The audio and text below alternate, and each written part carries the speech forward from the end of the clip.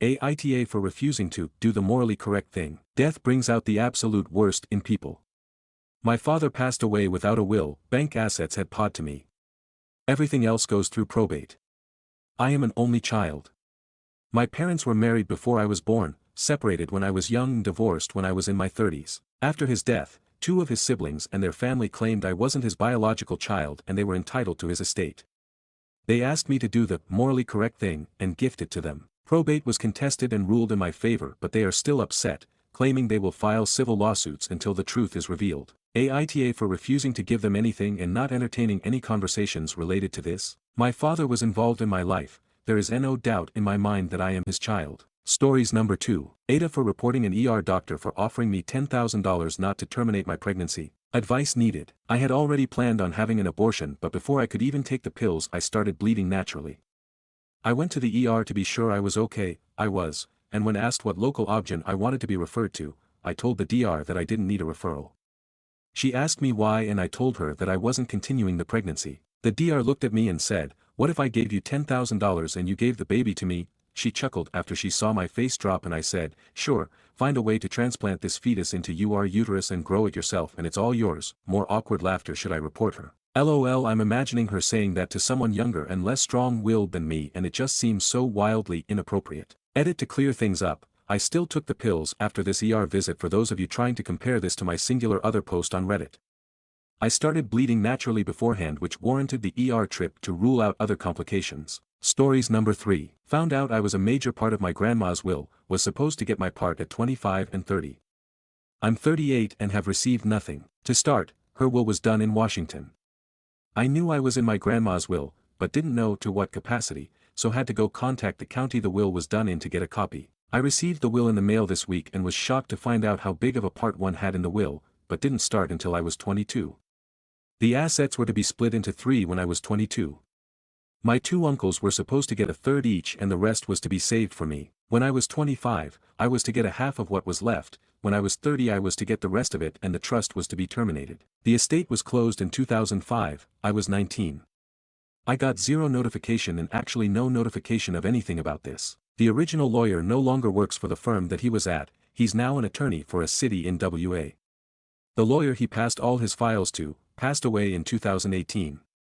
To say this has been an adventure is an understatement. Ended up getting in touch with the bar association with that county and they gave me the name of someone, but still waiting to hear back if it's conflict of interest. I've spoken to 83,857 law offices this week it seems like. I've reached out to the executor of the estate, which is one of the uncles that was to get 1/3 of the estate. Radio silence. Can anyone help me? I just want what's mine, or if there is nothing left, I'd like to know why. Relevant comments. Commenter 1. You need to hire a legal malpractice attorney. You will be suing the attorney for the city of Port Angeles, Washington. Frankly, I'm kind of shocked he would probate a will and screw someone over like this. You will likely also be suing your uncles. Reply. One of the uncles that was in this will died in 2021. The uncle that's the executor of the will is still alive. Commenter 2. Sue him for all his worth, or at least what you were supposed to get. Reply. That's definitely the plan. Commenter 3. Also, in case you have faced financial / or missed opportunities hardships which could have been avoided if you had gotten the money as you were supposed to at the time, mention that to the lawyer. I don't know if it would make a difference, but the emotional angle may help your case too, along with the actual facts and evidence which you have, and may help you get additional damages from them. Also, when you meet your lawyer, also check if you can use the incompetent lawyer who let this happen, and also check the angle if he was in cahoots with your uncles. Reply. I definitely had faced financial hardship during that time when I was to receive it, so I'll definitely see if that angle would help. I absolutely plan on talking to my lawyer about the incompetent lawyer. I actually spoke to him over the phone when I found out who it was to see if he could help me. When he heard my name and my grandma's name, he sounded worried and kinda rushed me off the phone, so it made me wonder if he was in cahoots with them or not. Many people in this thread have given the advice of a malpractice attorney for him and the incompetence, definitely going to look into that. Commenter 4. That sounds extremely fishy. What did he say? Did he give you any information? Or any clues you can use against him? Did you record the call? Reply. All he told me is that when he left he gave the files to another lawyer, and gave me the name of him. That's literally it. I found out a few hours later that the lawyer he had passed his files to, passed away in 2018. Unfortunately, we can't use seemed worried or rushing me off the phone as evidence or clues. Update. I guess it's time to update this. I wish there was a better update, but essentially my uncle won. I get and got nothing. I finally found a lawyer that would take on the case, and we started out with a letter that essentially told him that we know and we demand accounting. He responded by letting her know that he received the letter, and since he was on a Mormon mission, he doesn't have access to it at the moment. My lawyer then received a phone call from a lawyer in the Tri-Cities WA area and was speaking on behalf of him, but not his lawyer. My lawyer was told that the amount I would have gotten was used to raise me. She died when I was 12. My dad also had a trust and they were given a good amount of money every month as child support to raise me also, so that was a lie, I'm pretty sure, and that there is nothing left of it. She was also told that my uncle doesn't want any family strife. If you would have paid me when I was supposed to get paid, there wouldn't be any. My uncle never formally responded, so there's really nothing that can be done. If anyone has some other ideas, I'd be willing to listen, but there's not much I can do at this point. Stories number 4. Aita for wanting people to wear white at my wedding. So I'm, 24F, having a hard time seeing where I went wrong, but me and my husband-to-be, 26M, both struggle with NPD, narcissistic personality disorder, so I figured an outside opinion might be helpful, since neither of us tends to understand when we're wrong right away. I'm getting married, yay, in December to the absolute love of my life, and we both want it to be the most spectacular wedding the world has ever seen because we both really love attention. I never used to feel comfortable admitting that, but ever since I've been with him I've been able to really accept that, and it's made my life so much more fun. We decided that instead of having me in a white dress like all the other white dresses, and him in the same tuxedo as every man in attendance, it would look really spectacular if we both dressed head to toe in gold. What we want is for all our guests to wear either black, white, or gray, and for us to be the only ones wearing color. I figured that not only would I look like a princess, but I'd also be dancing with a prince instead of just some guy, and he's so into the idea that he remembers it as being his. We just love that idea of a sea of monochrome, and then us in the middle of it all. The only thing is, my sister, 26F, has been absolutely furious at us ever since the clothing requirements came out. First, she said this was proof that I never changed and I was being controlling again. Basically, that asking guests to wear a specific color was insane. Then she started making digs about my hair and how I was just doing this to show off, and asked if I planned to have her dye her hair too. I did not. We're both blonde, but mine is a bit more yellow blonde, and my husband is dyeing his hair for the wedding.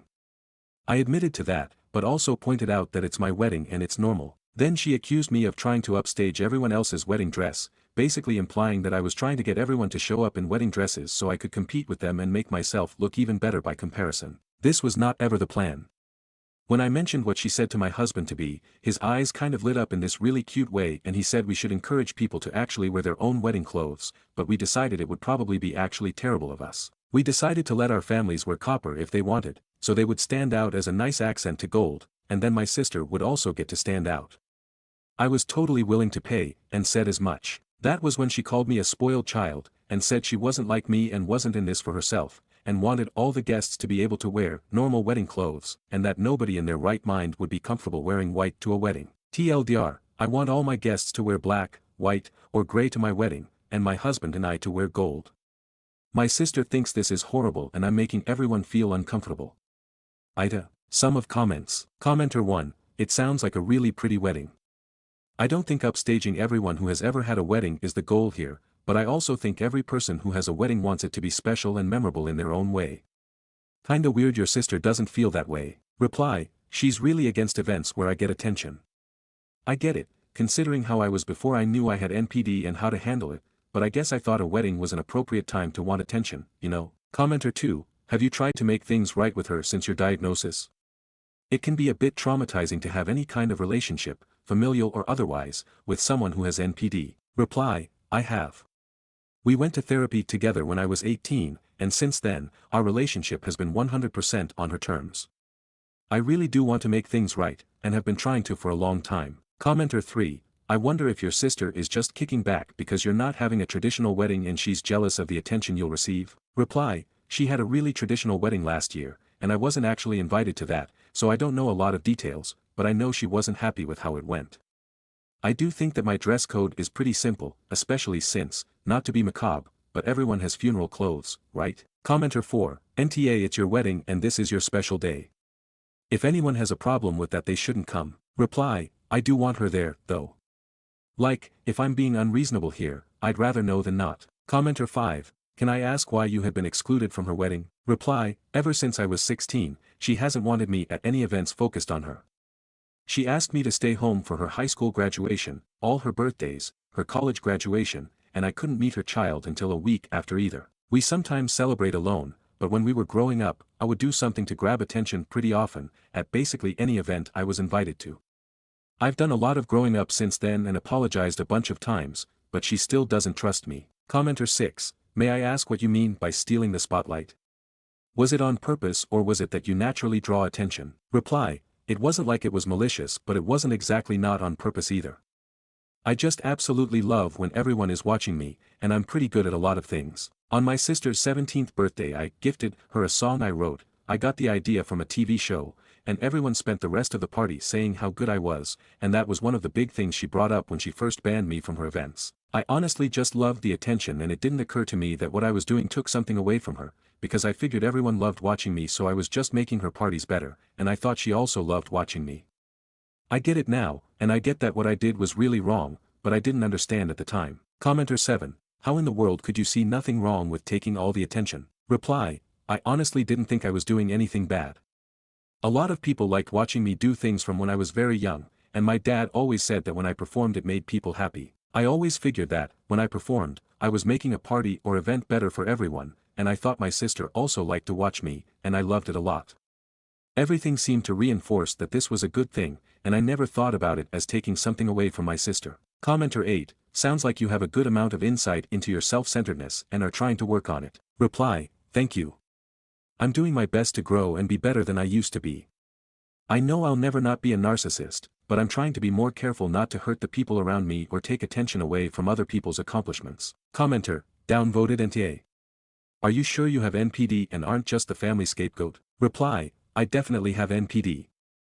I just also have years of therapy and hard work under my belt, and a really supportive and wonderful partner who has allowed me to accept some things about myself and work on making them less of a detriment and more of a strength. Boundaries therapy. I'm in therapy.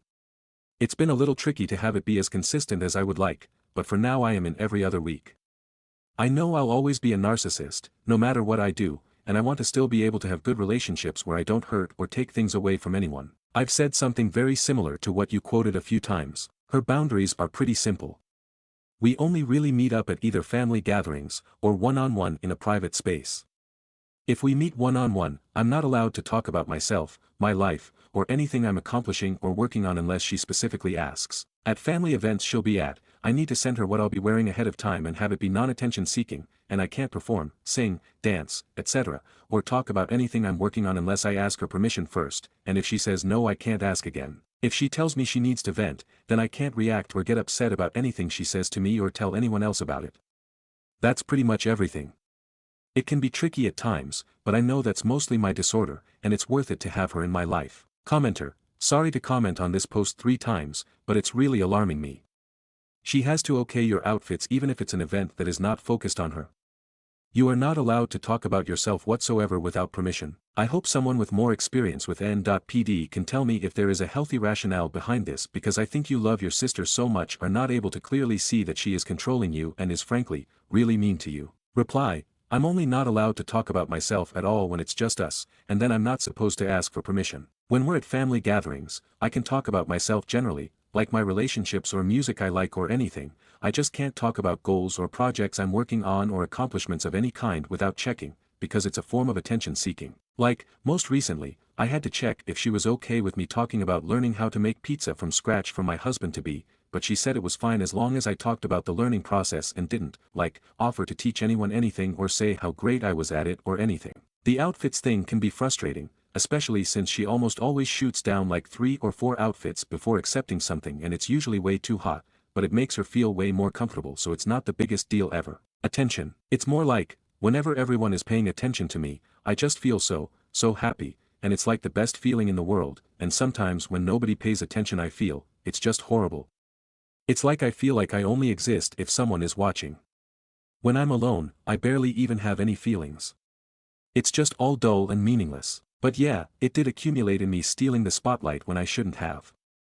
I thought, at the time, that what I was doing was good, because it felt right, and a lot of people really do love watching me perform. It didn't occur to me that I was taking something away from my sister. We did go to therapy when I was 18, which is when she put a lot of her boundaries in place. Commenter, think about it from your sister's perspective. If 90% of the time you always had the attention, that meant she didn't, and you are totally fine with her feeling horrible because you felt good. So everything, in your mind, is always about you and your desire to feel good. It doesn't matter to you if no one else exists because only your existence matters. Reply, I have thought about that a lot in the past 8 years. Before that, I honestly thought that she didn't really like attention, especially not like I did. Main girls in books didn't like attention like I did, same on TV, most of my friends got things like stage fright or nerves talking to strangers that I never did. In my head, this was just how I was, and it seemed less than common. Commenter, out of curiosity, what is your parents' position after all this time? Also, the clothing thing is ridiculous and you should probably set a boundary on not needing permission. Reply, my dad hates it, and always says it's ridiculous and tries to get me to perform or talk about myself or take off the coats or sweatshirts she makes me wear, and sometimes takes me inside so we can just hang out with people without my mom and sister and I can relax. My mom is very strict though, and says that the boundaries are important and that I abused my sister when we were growing up by stealing attention, so her and her trauma is the most important thing. She made it clear that if I ever refuse, I won't be allowed back at any family event she or my sister are attending. I know my mom and dad fight about it, so I try not to bring it up, because I know they love each other and they were going to get divorced for a bit when the rules first started when I was 16. Reiterates, she, sis, definitely doesn't dictate my life. I actually only see family maybe once a month, twice sometimes, and the rest of the time I get to be more myself.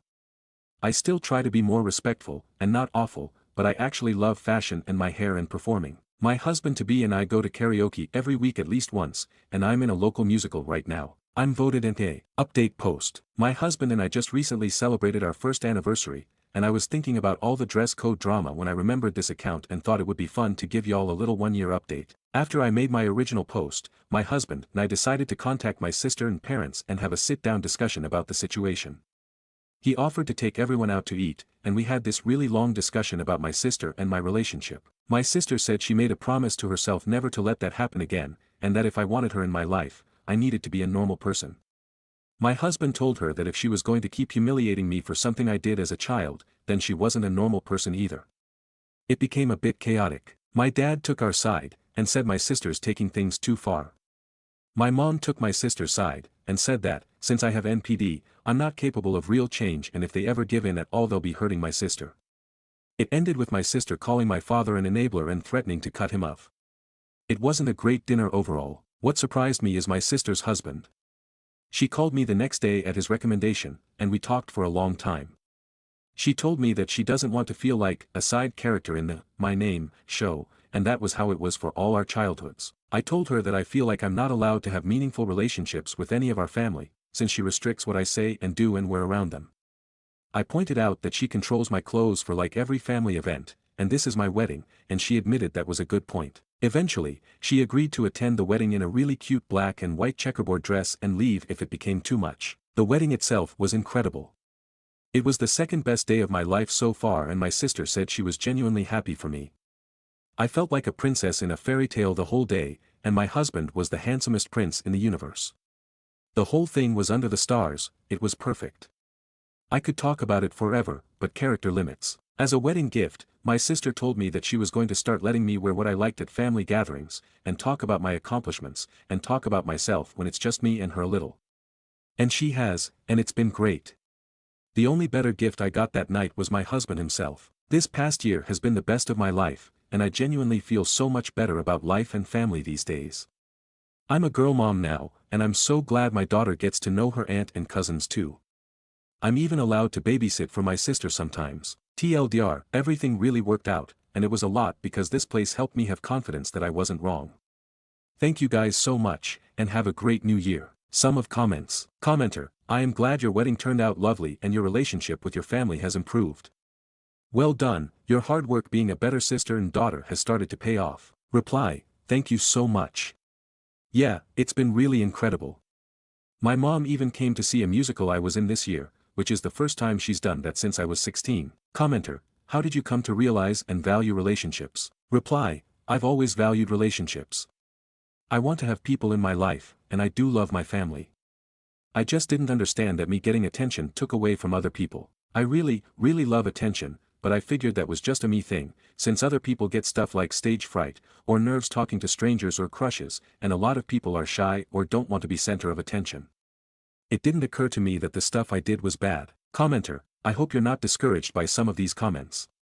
It sounds like you're on the right track to repairing your family and should keep it up. Given that your husband is also a narcissist, you should both work with therapists to make sure your narcissism doesn't negatively impact your child. There's a pretty big risk there, to be frank, especially if you are spending so much effort moderating your behavior in other areas of life. Reply, already under advisement.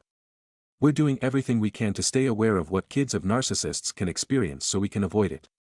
We both love her so much, and we'd never hurt her for the world. Commenter, what were you wearing that your sister had to be in charge of your outfits? Reply, I like really long, flowy dresses, sort of a cottagecore princess vibe, with a lot of accessories and sparkly jewelry and stuff like that. Flowers in my hair and that kind of thing. It does show off my body though, and my sister says that's attention-seeking and caused her to have an unhealthy relationship with food for a long time. Commenter, where did you get that NPD diagnosis from, and have you ever gotten a second opinion? Because this whole situation smells funny. Reply, I was professionally diagnosed. My current therapist agrees with that diagnosis. I reiterates, I do have my own therapist, and I really truly am a narcissist. Genuinely. If you met me you would understand. OOP explains, actually, my sister's therapist helped with a lot of the boundaries. Commenter, you understand that a diagnosis can be reached in error, yeah. A desire to recover from NPD is almost perfectly diagnostic for not actually having it. Other people are not like me, they have desires and needs that are different than my own, is something you wouldn't find it possible to understand if you're genuinely a narcissist. Reply, I don't think that's true. I mean, first off, a hallmark of the disorder is thinking you are not like other people, not that everyone is like you. Either you think you're way better or way worse or both. You're handling this well, thank you, I'm trying my best. My husband really helps. It's like, so amazing to have someone who just gets it, you know. I can walk up to him, sit in his lap, and be like, I want to sing you a whole musical right now, and he'll sit and listen and applaud whatever I want, and if he walks up to me and is like, I'm going to read you this essay about how everyone but me is stupid, I will listen and be delighted and in full agreement because he is the smartest person. It makes everything easier because we get to be ourselves around each other and it's the best thing ever, and we're both completely obsessed with our baby because she is the best baby to ever live. Commenter, do you ever worry you will get upset with your child like you do your friends? Like you said, a friend made you sit in the back and you started thinking she was awful and you hated her until you realized you were overreacting. Do you worry how you will treat your daughter when she is old enough to talk back or tell you she hates you? She won't mean it, all teens say it. Will you be able to love her when she is her own person and not just a reflection of you? Reply, that's one of my deepest fears honestly. I've got plans in place for how I'm supposed to react to everything, but realistically things don't go according to plan. I love her so much, and I never want to hurt her. But if I ever do, I'll spend every moment trying to make it right, and I'll let her know from the start that mommy isn't always right about everything, and sometimes mommy makes mistakes, but she's always loved no matter what. The dress. Sweetheart ball gowns, Alta Couture Quinceanera gowns in color style, MQ 3093. It was this one. One last thought. I'll never not be a narcissist, but I'm trying my best to be a good person. Editor's note, there are hundreds of comments from OOP. Most of the comments on the update are people arguing about whether or not she's a narcissist and what boundaries she should/shouldn't have. It's very interesting to hear OOP's perspectives, but I've already included many of her comments so don't want to make it too long. However, I'll include 2 more that detail some more of her past. Reply, okay, you want to hear why I am a diagnosed narcissist? Let's go. If I don't get attention, am alone too long, or cannot express everything in my mind to someone doesn't really matter who I can't feel anything. I just go numb. There's no happiness, no anger, no anything, just this vat of numbness that is unbearably dull and cannot be escaped until I have all eyes on me. I genuinely believe I am the best at everything I do on an emotional level. I think I am a musical genius, and there's a bit to back that up, but I also think I'm a dancer on the level of at least any backup at a concert, that my drawings are good enough to be in a museum, that my writing is deep and ingenious, that I'm prettier than 99% of models even with the baby weight, that I can act well enough to win an Oscar if I was ever randomly put in a big budget movie for no reason, and I have nothing backing any of that up, except maybe the writing being slightly above average. My husband has told me that he agrees with the model thing and I have to put that in this reply. The last time I failed full-on it was at chemistry, and I temporarily became a full-on anti-vaxxer because I decided chemistry was made up and stupid and nobody could ever really understand it and they were all just getting lucky and also evil. In reality I am not good at science.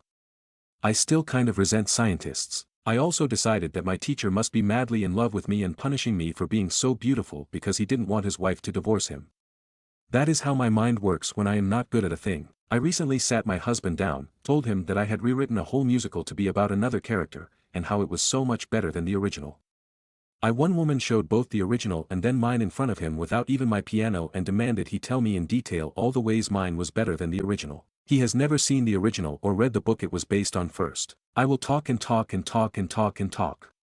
Look at this post. Look how many hours I've spent talking about myself. In detail. That's probably not the smartest. Because I am absolutely loving the attention.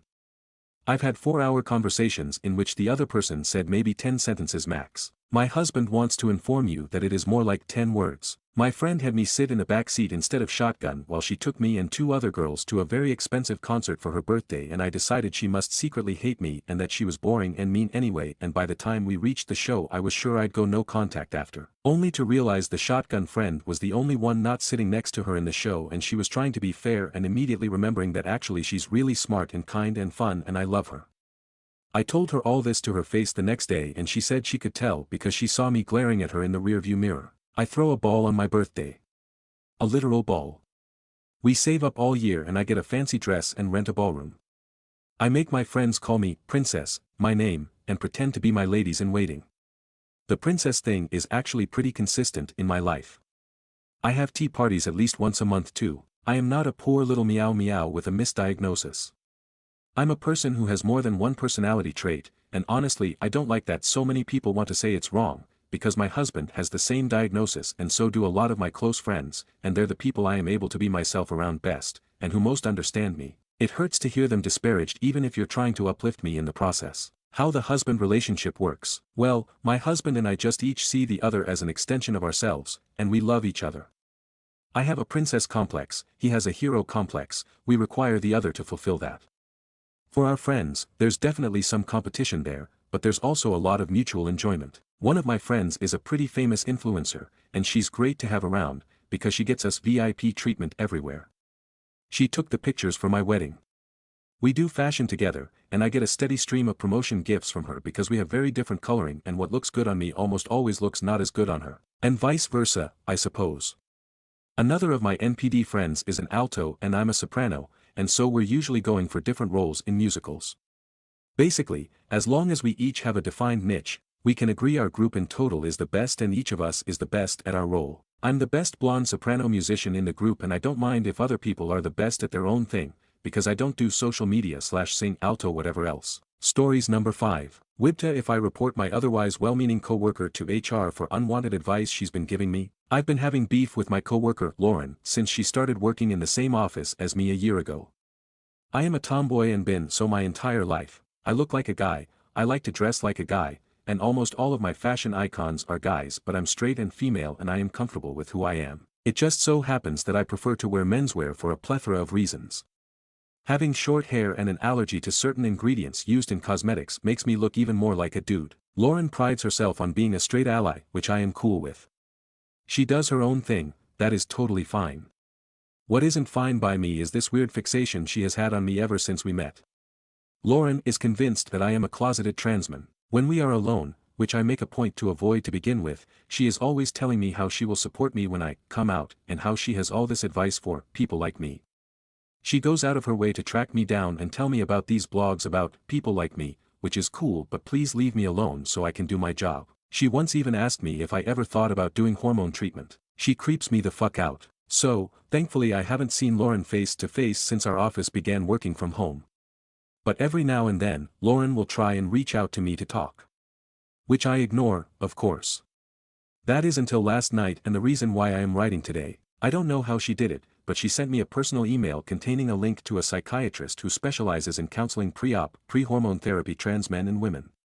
And the usual spiel about how she is always there to help me. I'm reluctant to bring this up to HR because I don't want to discourage Lauren from offering up help to those who need it and do it on the reg. But I feel like she invaded my privacy big time by not only finding out my personal email, but bringing her unsolicited advice from the office to my personal life and thus violating my home/work-life balance. The other reason why I feel like this will be an asshole move is because everyone at work would know that it is me who reported her.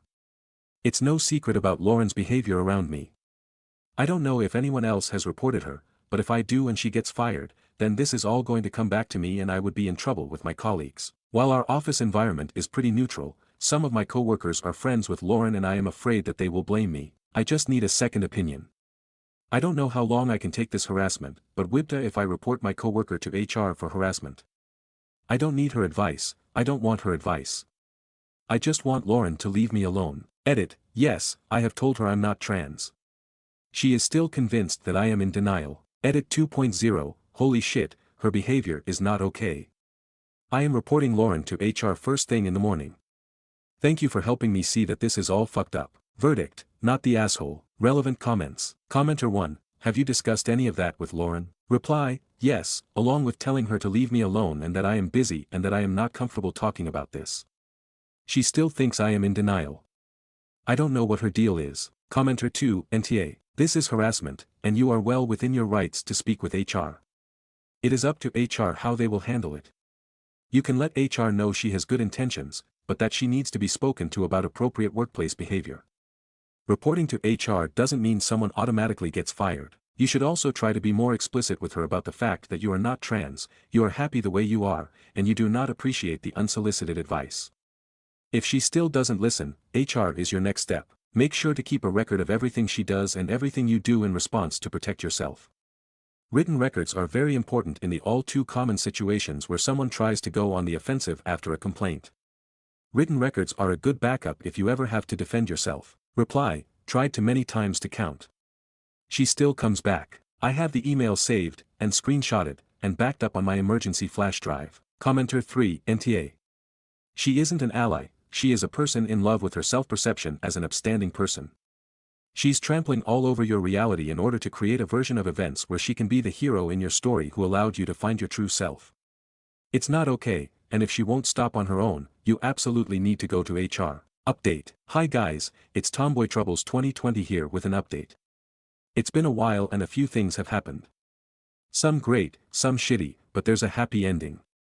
You can reel the original post here. As I read through each reply, it helped me realize that Lauren's behavior was messed up. I was reluctant to go to HR at first because I was afraid of the consequences.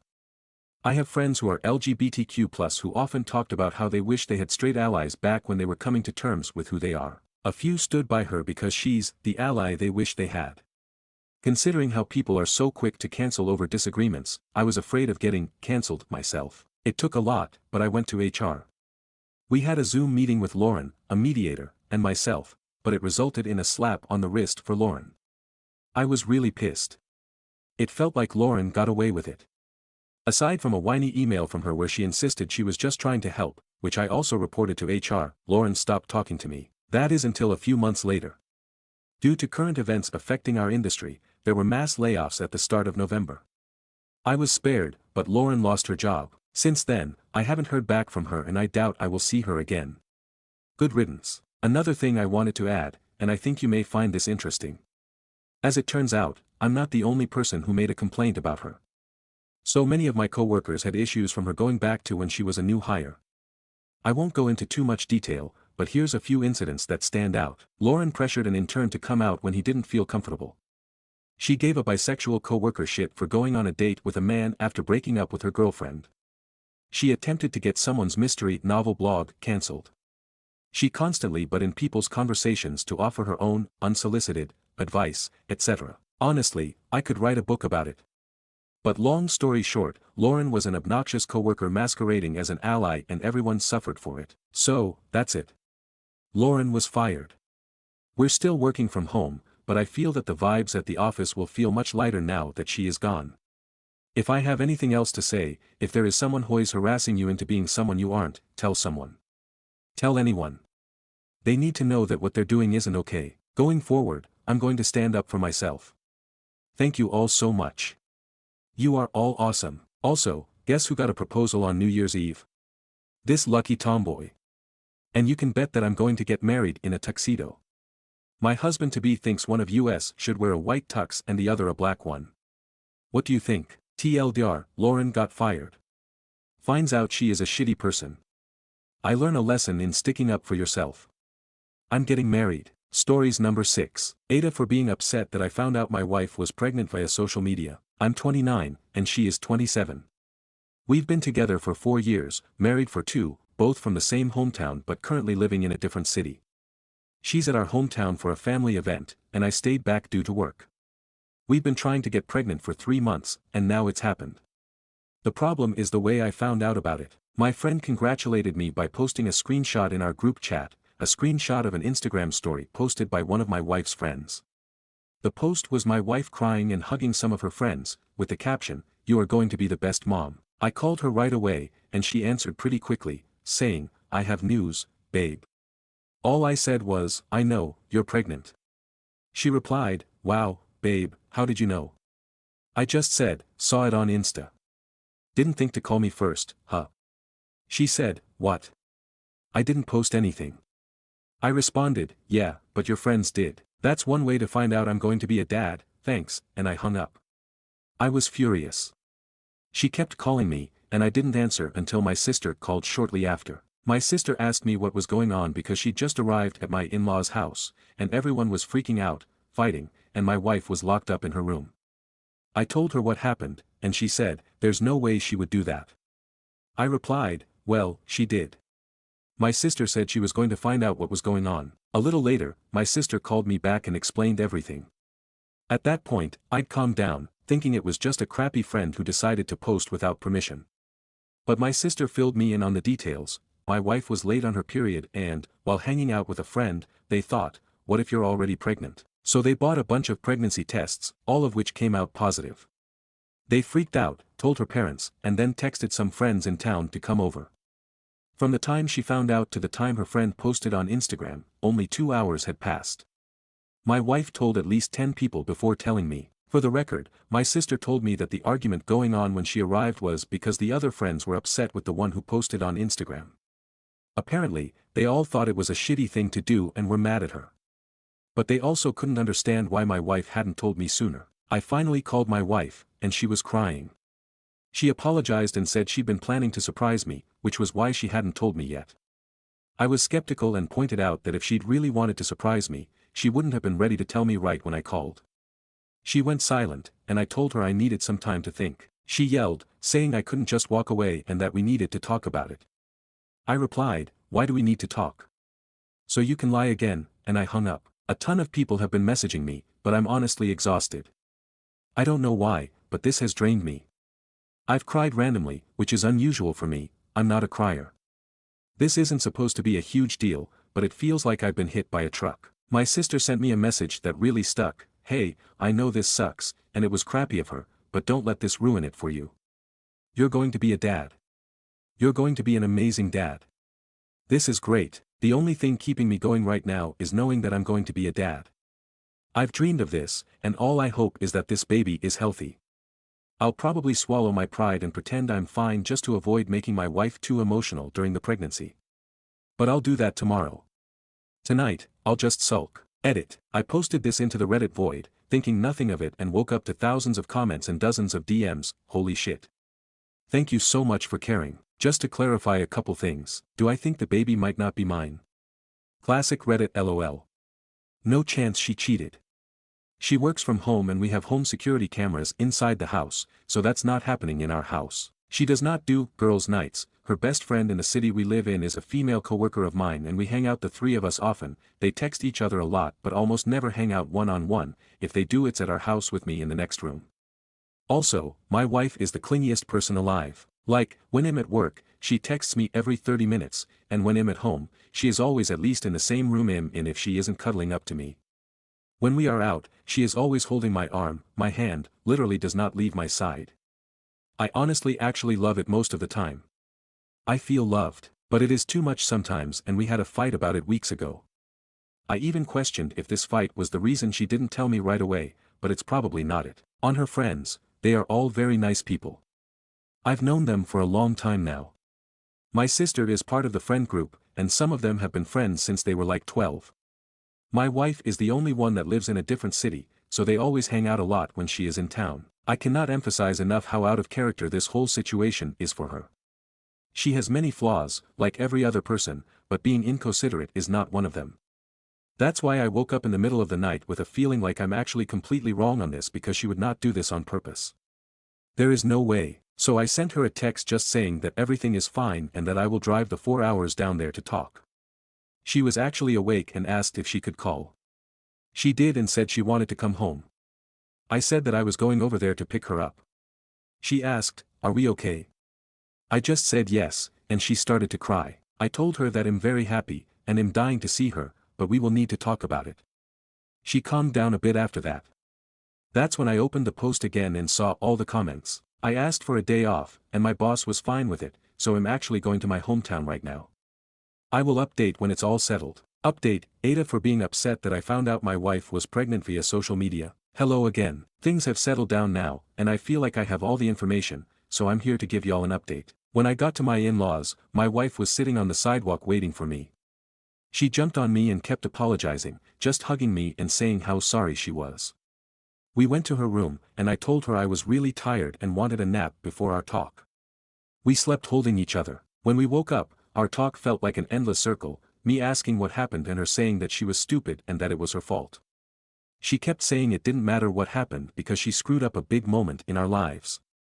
I kept asking, but she just repeated that she messed up and that nothing else mattered. Eventually, she said she didn't want to give me excuses and that the right thing for her to do was take responsibility and apologize.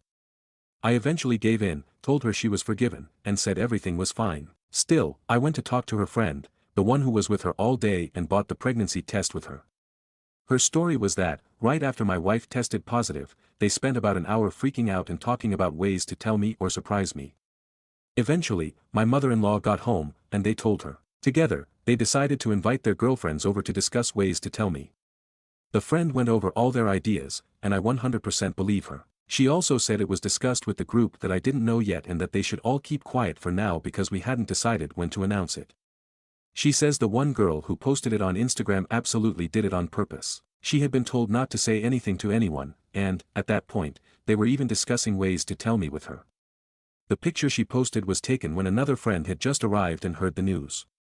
For some reason, she decided to post about it right then and there. Apparently, when they confronted her, she initially claimed she didn't know she wasn't allowed to post it. She stuck to that lie for a while, but eventually, she just told everyone she didn't give a shit and left. She blocked everyone in the group, and we haven't heard from her since. No one knows why she did it. They don't know if she's jealous of my wife or something else. At this point, we don't care. She's blocked on our end too, and we want no contact with her. My sister later confirmed the friend's story. When she first called me with details, she was under the impression my wife had just told everyone and forgot to tell me. But after talking to other friends and my mother-in-law, she told me basically the same story. I was also told by the friend I spoke to, my mother-in-law, and another friend that when I called my wife, she basically said, "Screw it, I'm telling him right now," and was super excited to do it. Me and my wife talked again during our trip back home, now with me having most of the details, and she told her side, basically identical to what my sister and the friend told me. She was again very apologetic and kept saying that I'm her number one priority, and that this was one of the dumbest things she has ever done. We have a couples counseling appointment next week at her insistence. I honestly don't think it's necessary, but she believes I need a space to fully express my feelings. She's worried I forgave her too fast and that I'm bottling everything up. Honestly, her concern about my feelings is already enough for me to forgive her and chalk this up as a one-time thing. We also had our first appointment with an obstetrician, first because it's obviously the right thing to do, but also because many people warned me about the risks of miscarriages in early pregnancy. My wife's last period was about 6 weeks ago, and the doctor said it was a bit early for an appointment. Still, they ran a bunch of tests and confirmed my wife is indeed pregnant. So far, everything looks fine. Thank you all so much for caring about a random stranger. Update, Aita for being upset that I found out my wife was pregnant via social media. Short recap, I was here 2 months ago to ask if I was an idiot for being upset that I found out about my wife's pregnancy via social media. A friend of hers posted it without permission, before she had the chance to tell me. At the time it was apparent she knew she did something fucked up and did it on purpose, but she did not give any explanation for it and blocked everyone we know. Now I'm back to share the reason, as we found out why my wife's friend, we'll call her Carol, did what she did. She was having an affair with my FIL, and she posted it as some weird power play. Apparently, they have been seeing each other for 3 years now, but according to my FIL, during the first 2 years, they were together only 4 times in total. This past year, apparently, they developed a relationship, and my FIL was promising to leave my MIL for her. First, from my perspective, I've lost all the respect I had for my FIL. I used to look up to the guy, but this is nuts. Look, my in-laws' marriage was not great. They separated a couple of times in the past, and before the pandemic, they were discussing divorce. Apparently, the pandemic helped them rekindle the relationship, but to me, it still felt like they should just divorce. My MIL is a very nice woman, I like her a lot, just like I used to like my FIL. They both look very good for their age, 50s, they're rich, they go on dates, take trips, but there was resentment there. You could feel it in their voices when they talked to or about each other. So while it would have been terrible for them to cheat, it wouldn't be surprising if either of them had. It would be an asshole move, but I wouldn't judge too much. But then you go and cheat with a woman half your age, who is friends with your daughter, and who you've known since she was 13 and you were in your 40s. Just fucking gross. But most importantly, my wife is pretty sad. She's disgusted, as she should be, and has been saying she doesn't know if she'll ever forgive her dad. Apparently, it was a common joke in her friend group that she had the hot dad. She hated it, and Carol was the one who made that joke the most, so that's another layer of complexity to unpack. My MIL has moved in with us temporarily, just to get away from the town where everyone now knows what happened. She doesn't even seem sad though, she looks mostly mad and annoyed. The pregnancy looks like it will be a good distraction for them, and my MIL will be a big help with that. The way it came out is that Carol apparently got drunk after Christmas and sent pics of her and my FIL together to an ex who was hitting her up. The ex then sent them to his friends, and the gossip spread around. She has reached out with an apology, and in it, she admitted she posted about my wife's pregnancy out of jealousy toward my MIL. It was honestly super weird and didn't make any sense. My wife didn't respond, just blocked her again. My FIL has tried to reach out to us a lot, saying this is an issue between him and MIL, and that we shouldn't get involved or judge him for it. Yeah, right. In the beginning, he was even saying he loved Carol and was doubling down. A week later, he was promising my wife that he'd never even look at Carol again if she'd just talk to him. I'll follow my wife's lead on this, whatever she decides, I'll support her 100%. As for our relationship, it's back to what it was. She was a bit distant after the pregnancy reveal fiasco, but once I told her I missed her clinging to me, she's been all over me again, and it's amazing. Ever since this thing with her dad came out, she's been sad, but I made a joke that she's been playing up her sadness a bit to get more cuddles, and she laughed and confirmed, LOL. So I think everything is going to be fine. The pregnancy is going well according to our doctor.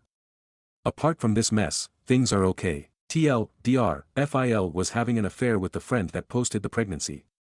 It's a big mess, but other than that things are okay. Stories number 7. Aita for calling off my wedding after discovering my fiancé has a secret child. I have been with my fiancé, Heisenberg, he's a BB fan, for 5 years, and we've spent the whole 2024 planning our wedding. Things were perfect, or so I thought.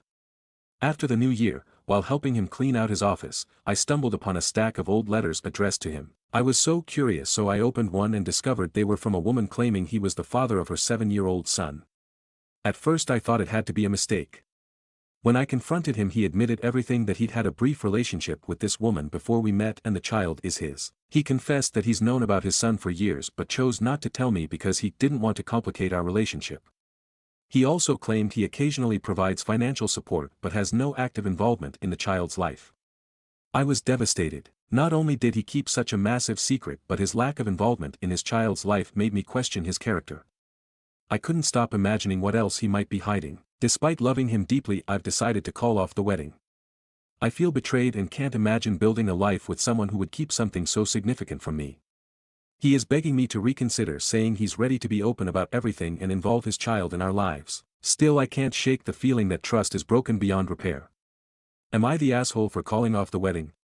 Or should I give him another chance? Stories number 8. How do I tell my F21 boyfriend, M23, that I'm no longer a virgin? When I initially met my boyfriend, I was 20 years old and still a virgin, and he knew that. I broke up with him because it was long distance and he would go a whole day without texting me once on multiple occasions, and he started to feel distant. In that time, I had started seeing someone, but it was just hooking up, nothing long term. Of course that now means I'm no longer a virgin. Fast forward a couple months, my boyfriend messages me apologizing and saying he misses me and he'll make more time for me, so I give him another chance. Literally just now, we're talking and he says about meeting and wanting to make my first time special. Do I tell him I'm not a virgin anymore? And how do I break it to him? It's probably a rip off the Band-Aid moment, but I tend to overthink things and would need a direct way of saying it, so if anyone could help I'd be grateful. Top comments. Commenter 1. Why did you get back with somebody that was long distance and distant communication wise?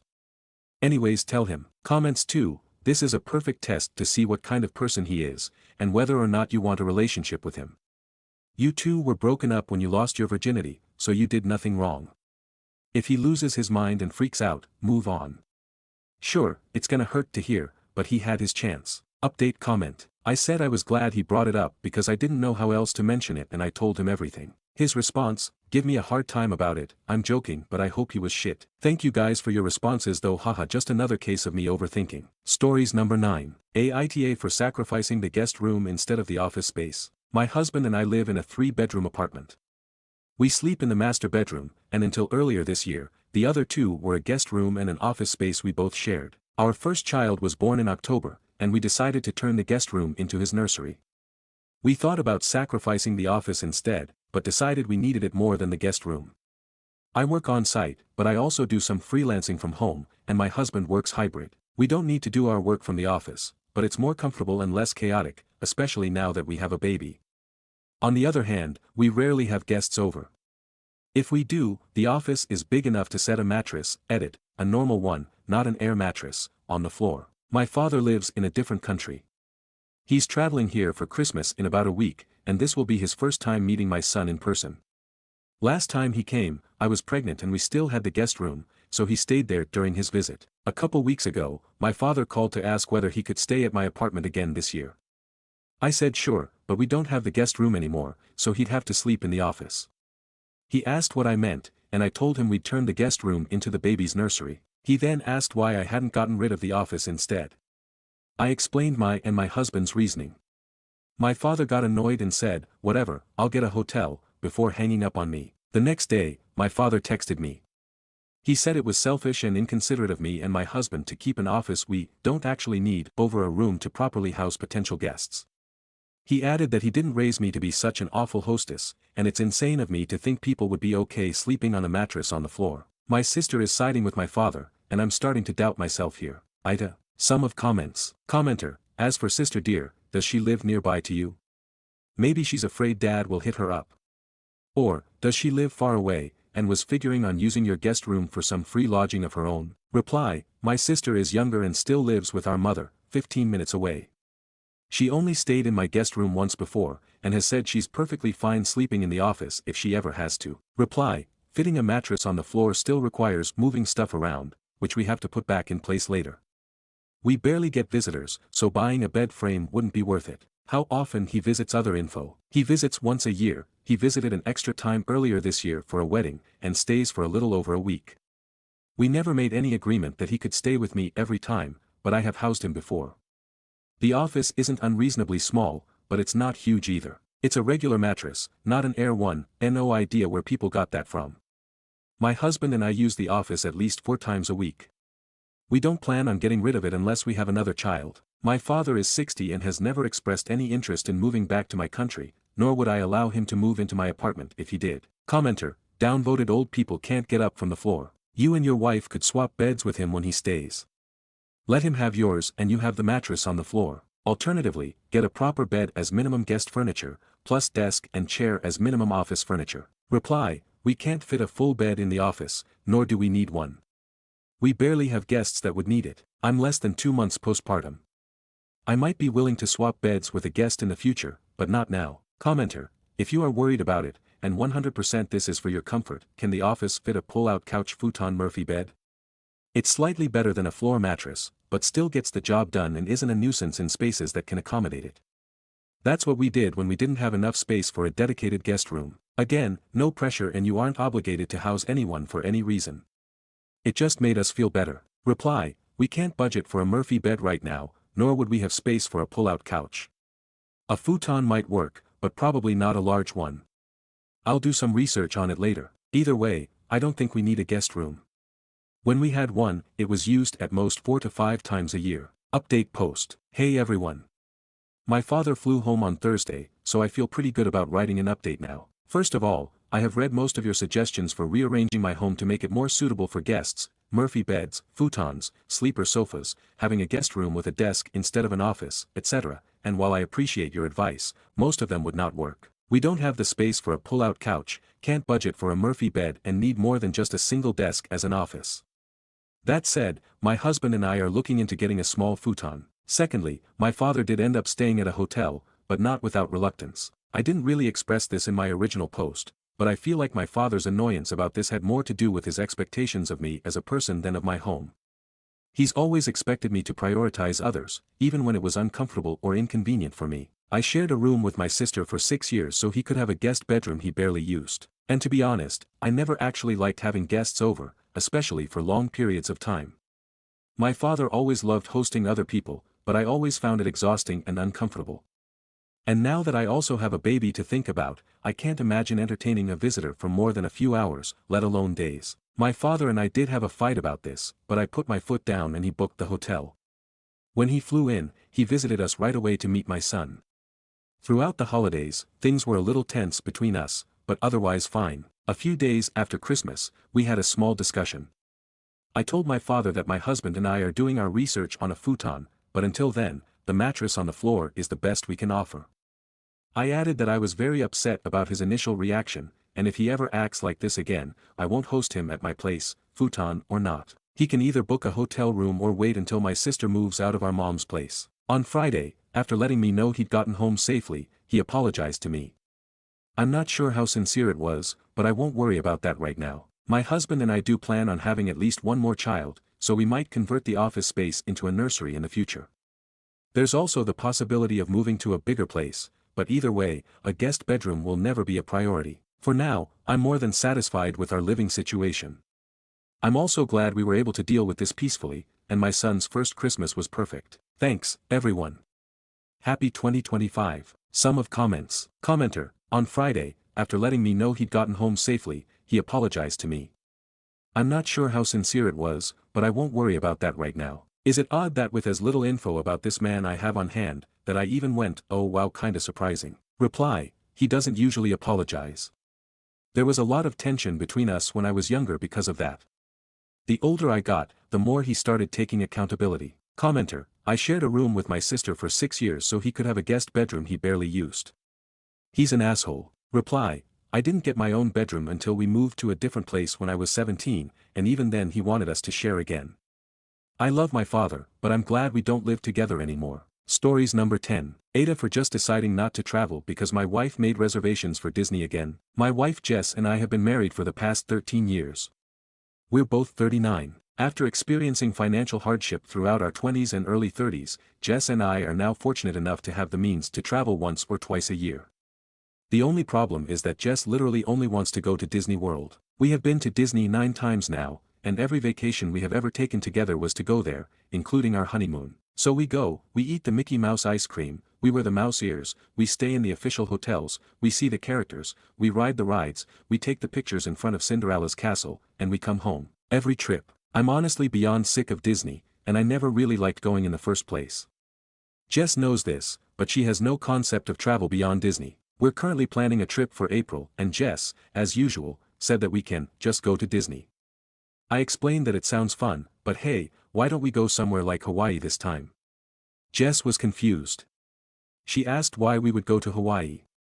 I responded that we could enjoy the spas and go to the beach. Jess mumbled a half-hearted answer and walked away. A few days later, she approached me, saying that she made hotel reservations for Hawaii. At first, I was excited because although she did so without consulting me, it seemed like she was really listening. But then when she showed me the hotel she booked, I found she had made reservations for Aulani, the Disney resort in Hawaii. Frustrated, I told her that I'm honestly tired of Disney, and that I just want to have a different experience this time. She told me that she was compromising with me, and that I should be appreciative for the time she spent. I asked her if she was willing to consider anything other than Disney for our trip, and she said no. At this point, I said that I wasn't going. Now she's furious. She cancelled the reservation she made, and now she's looking for a friend to go to Disney World with again without me. Was I the asshole here for not trying to accommodate her request? Aita has no consensus but, OOP received the majority of NTAs and few others. Commenter 1. How the fuck did this go on for 9 trips without you saying something? I'd have gone mad after going a second time. Commenter 2, FFS, does she realize there's a whole non-Disney world out there? And it's much less expensive with shorter lines. Commenter 3, however, you should also consider being more truthful with your wife. If you can't even be truthful to your wife, who can you be truthful with?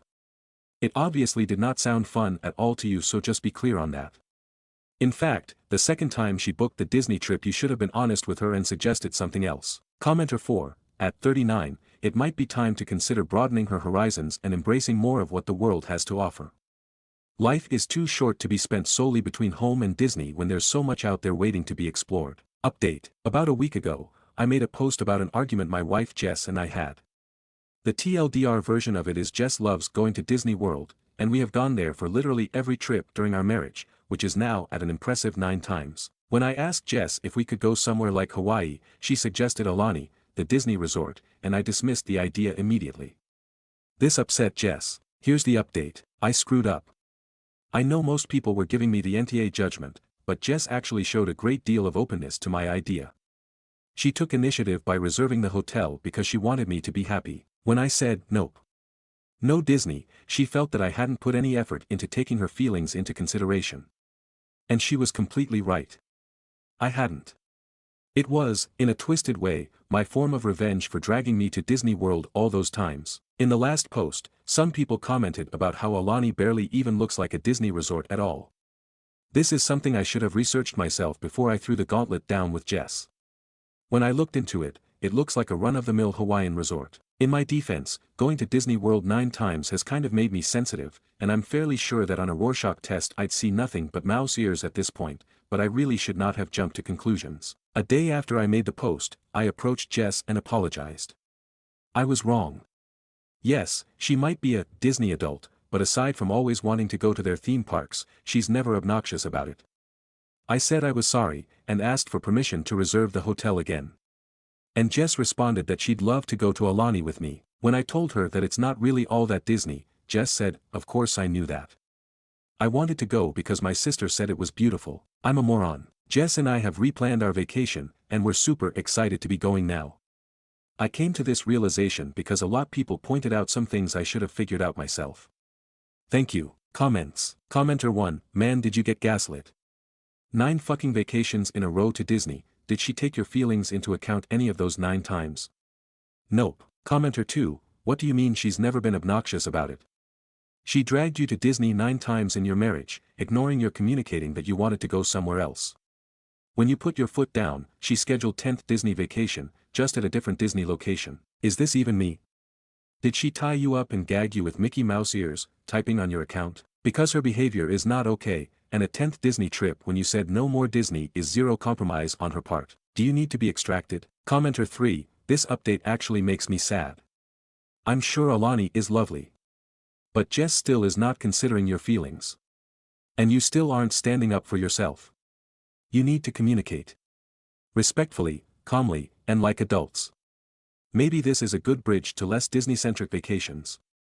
Maybe not. But unless you communicate your frustrations, you're going to be going to something Disney-themed next time, too. New update. Final update. I decided not to travel because my wife made reservations for Disney again, January 5th, 2025, nearly 3 weeks later. Hi again everybody.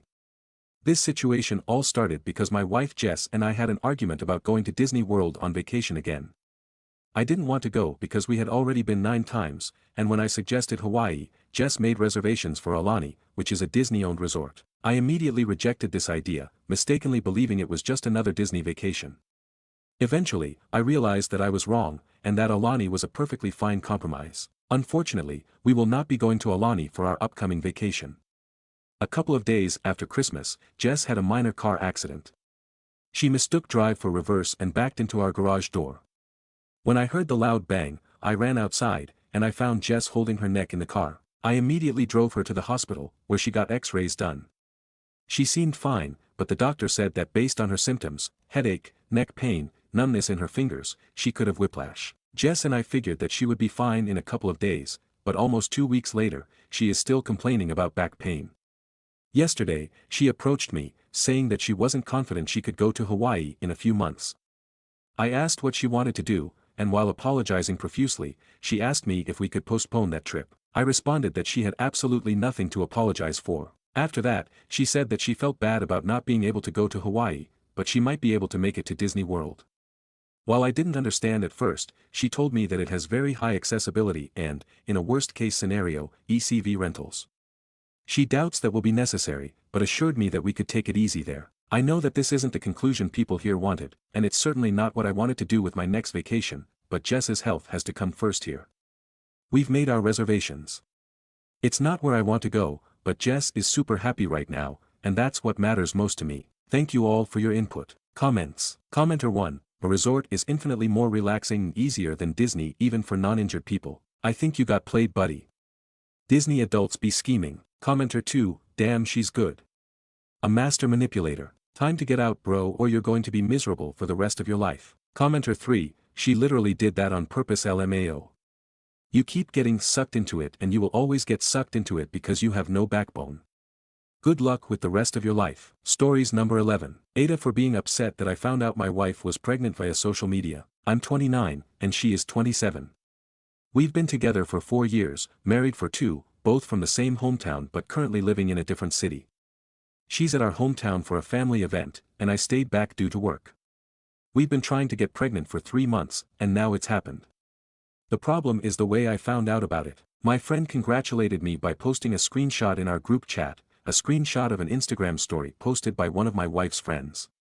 The post was my wife crying and hugging some of her friends, with the caption, "You are going to be the best mom." I called her right away, and she answered pretty quickly, saying, "I have news, babe." All I said was, "I know, you're pregnant." She replied, "Wow, babe, how did you know?" I just said, "Saw it on Insta." Didn't think to call me first, huh? She said, "What? I didn't post anything." I responded, "Yeah, but your friends did. That's one way to find out I'm going to be a dad, thanks," and I hung up. I was furious. She kept calling me, and I didn't answer until my sister called shortly after. My sister asked me what was going on because she'd just arrived at my in-laws' house, and everyone was freaking out, fighting, and my wife was locked up in her room. I told her what happened, and she said, "There's no way she would do that." I replied, "Well, she did." My sister said she was going to find out what was going on. A little later, my sister called me back and explained everything.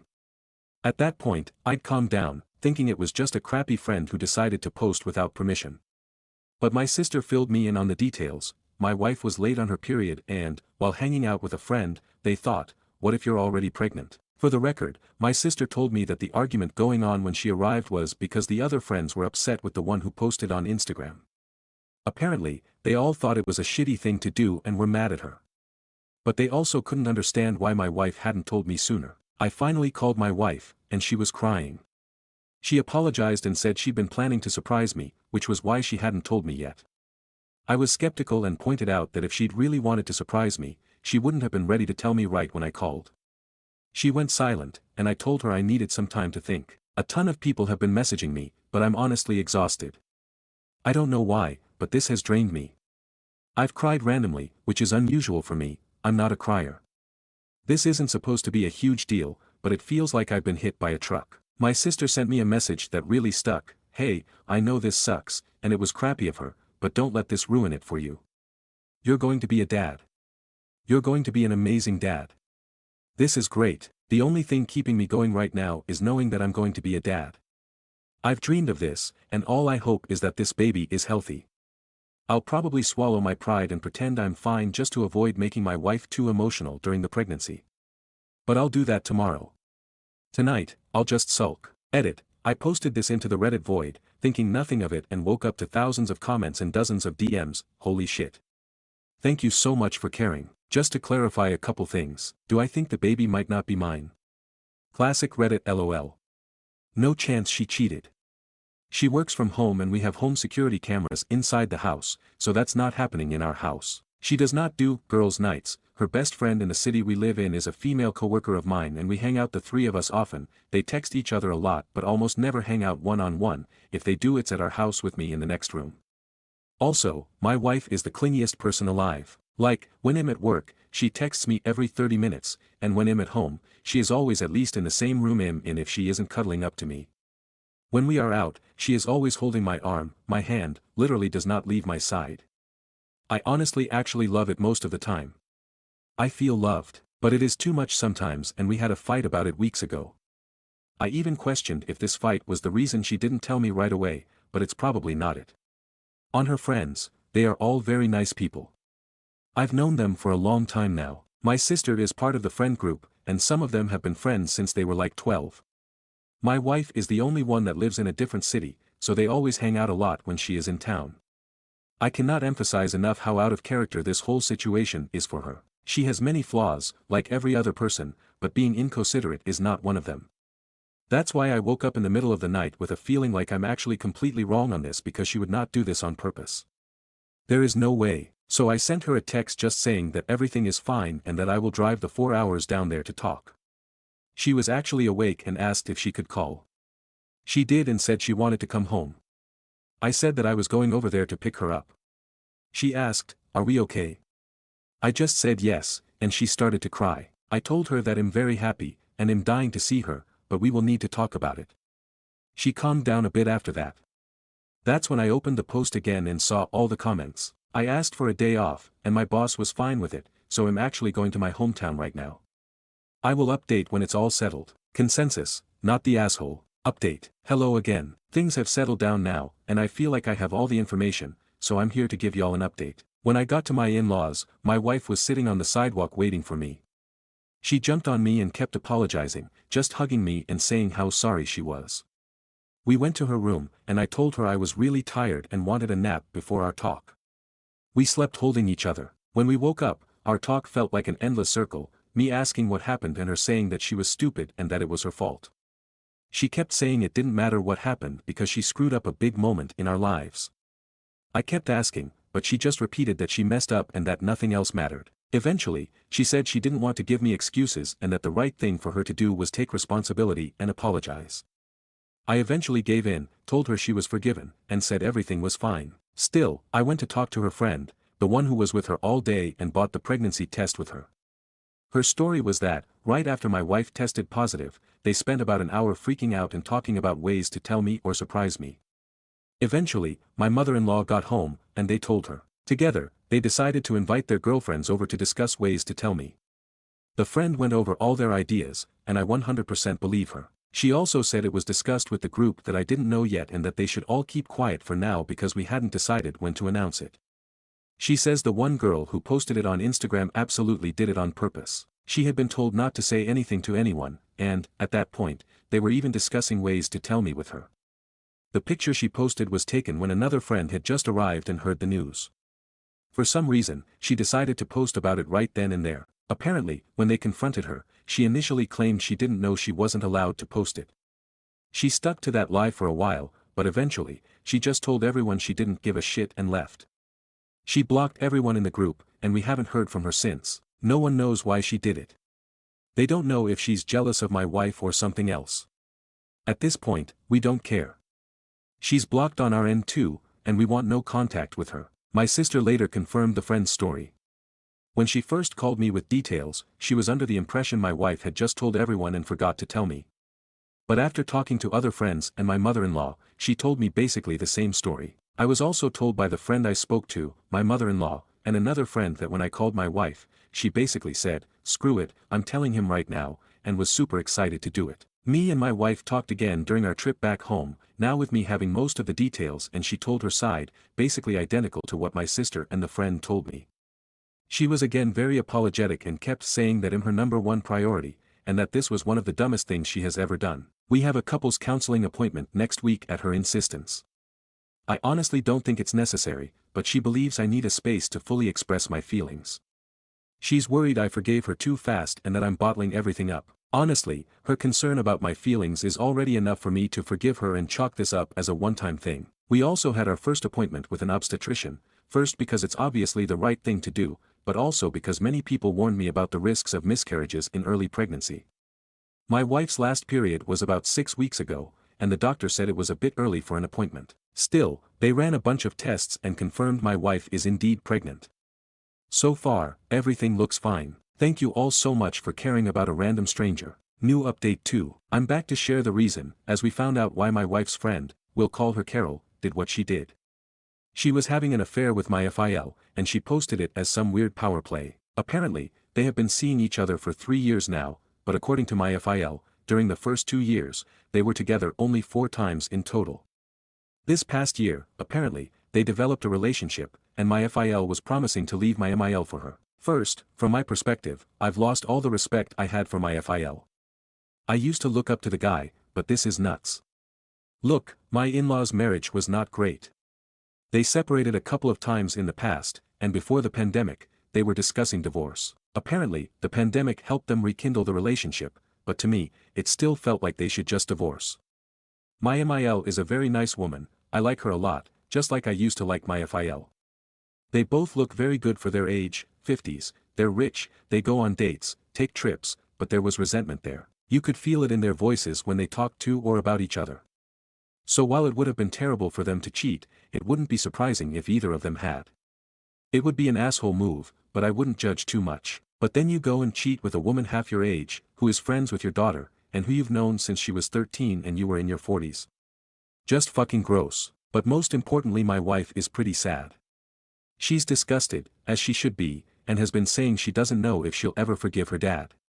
Apparently, it was a common joke in her friend group that she had the hot dad. She hated it, and Carol was the one who made that joke the most, so that's another layer of complexity to unpack. My MIL has moved in with us temporarily, just to get away from the town where everyone now knows what happened. She doesn't even seem sad though, she looks mostly mad and annoyed. The pregnancy looks like it will be a good distraction for them, and my MIL will be a big help with that. The way it came out is that Carol apparently got drunk after Christmas and sent pics of her and my FIL together to an ex who was hitting her up. The ex then sent them to his friends, and the gossip spread around. She has reached out with an apology, and in it, she admitted she posted about my wife's pregnancy out of jealousy toward my MIL. It was honestly super weird and didn't make any sense. My wife didn't respond, just blocked her again. My FIL has tried to reach out to us a lot, saying this is an issue between him and MIL, and that we shouldn't get involved or judge him for it. Yeah, right. In the beginning, he was even saying he loved Carol and was doubling down. A week later, he was promising my wife that he'd never even look at Carol again if she'd just talk to him. I'll follow my wife's lead on this, whatever she decides, I'll support her 100%. As for our relationship, it's back to what it was. She was a bit distant after the pregnancy reveal fiasco, but once I told her I missed her clinging to me, she's been all over me again, and it's amazing. Ever since this thing with her dad came out, she's been sad, but I made a joke that she's been playing up her sadness a bit to get more cuddles, and she laughed and confirmed, LOL.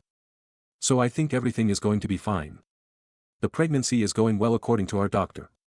Apart from this mess, things are okay. TLDR, FIL was having an affair with the friend that posted the pregnancy. It's a big mess, but other than that things are okay. Stories number 12. Girl next to me in the airplane just doused herself with perfume. I was settling into my aisle seat, stoked to have the middle seat completely empty for my transatlantic flight. Suddenly a girl shows up and asks the guy in the other aisle seat, I'm in the central set of seats, if he's traveling alone and if he'd mind switching seats with her. He agrees, so she shows up with her boyfriend, goodbye middle seat. Okay, I'm not entitled to an empty middle seat, so no big deal. But after she settles in, she pulls out a vial and spritz, and makes as if she's offering to spray her boyfriend. Incredulously I blurt out, is that perfume? Oh, sorry, we're in an airplane, I'm so sorry, I didn't think. All while waving her hand in order to waft the perfume as far and wide as possible. So every time she shifts I'm enveloped in a sickly sweet cloud. And I'm sensitive to fragrance, so I'll be blowing my nose for the next 8 hours. Hopefully I miss out on the headache at least. Oh, and there's a pre-verbal toddler behind me continuously bumping my seat.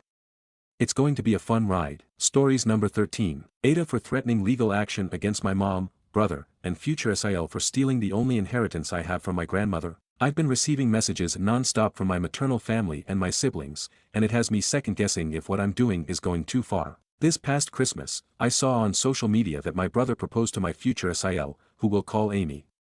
I was initially happy for them until I saw the ring, which Amy posted photos of. I immediately recognized it as my grandmother's engagement ring, and phoned my mom to ask if she had given my brother the ring as a placeholder. She brushed me off, saying that no, she gave him the ring on purpose because I hate Christmas and Amy loves it. Context: I had always been closer to my paternal side of the family, especially my grandma. My grandmother passed away last year, and the only inheritance I got is her engagement ring. I was not meant to receive this ring until I'm 30. My grandmother loved Christmas, and it showed in her engagement ring. It's an emerald-cut diamond with tiny circle rubies and oval emeralds to look like holly. Also, I didn't always hate Christmas. 2 years back, I lost my BF of 10 years, my childhood BFF, and my sorority sister in a car accident coming home from a Christmas party that we all attended. I have been in therapy, struggling with survivor's guilt, but am doing better now. I told my mom that the ring technically was meant to be mine and that she couldn't take it. She told me that she had a box of my grandmother's jewelry and I could just pick something else. I was stewing for a few days before contacting my paternal uncle, who is the executor. He was furious and told me that my mom had said she was going to give me the ring as a Christmas gift. He then said he could be in touch with a lawyer if I wanted to press charges. We talked for a bit more before hanging up. Armed with this information, I texted my mom, brother, and future SIL, saying that I had been in touch with my uncle and that I would press charges if the ring was not returned to either me or my uncle. My brother tried to say he really wanted to use the ring, that since I hated Christmas that I didn't deserve it. I let them text me, using their threats as future evidence.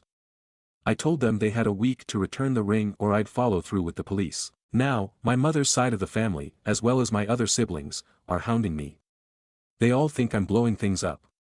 I'm not, I know I'm not, but with how everybody is acting I feel like I'm going crazy. Aita for threatening legal action against my mom, brother, and SIL for stealing my only inheritance. Stories number 14. My brother wants to name his baby after his ex. My brother Adam and his wife Sarah are expecting their first baby, and the whole thing has turned into a war zone.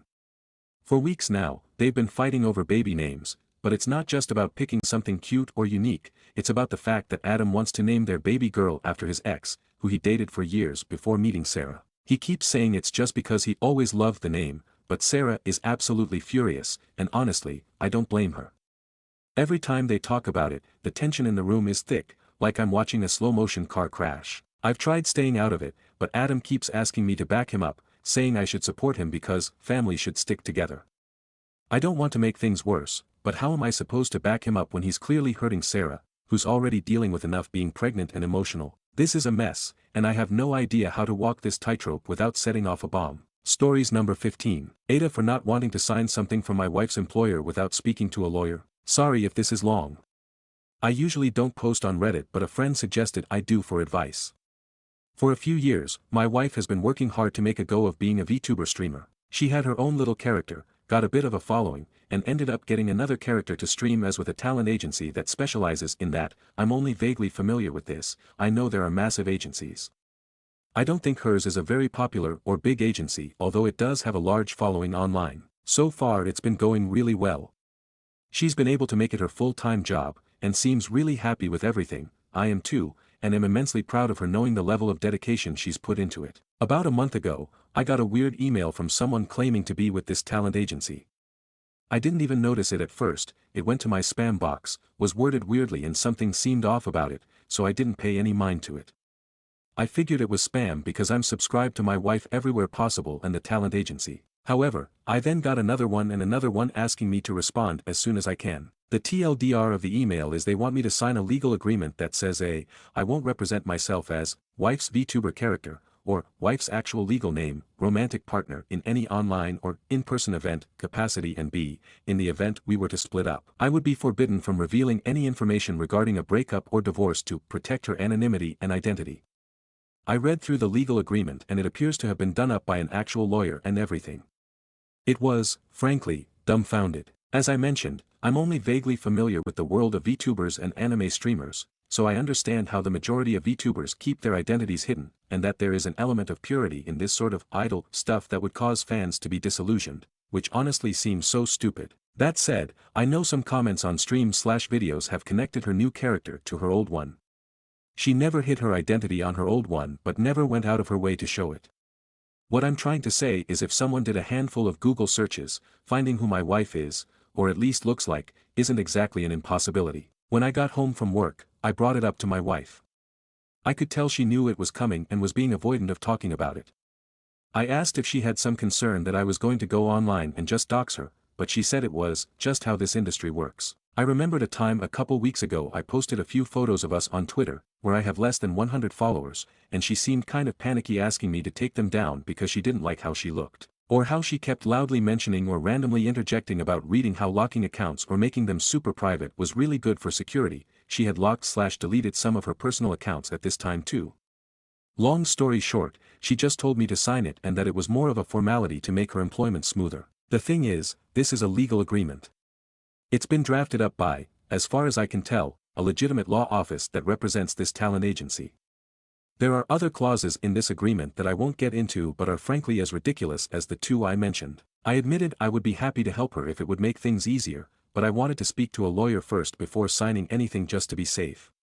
We argued about it a bit and I think she saw where I was coming from when I asked why I was the only one who had to sign anything. What about friends, family, past employers, teachers, ex-BFS etc. She kind of huffed about it but said I could see a lawyer but to book it fast because she didn't want it to be some big delay. She was quite cold with me for the next few days. For example, I faked sick to stay home one day to make us dinner because her streaming time overlaps with when I'm home, so we haven't had many meals together since she started.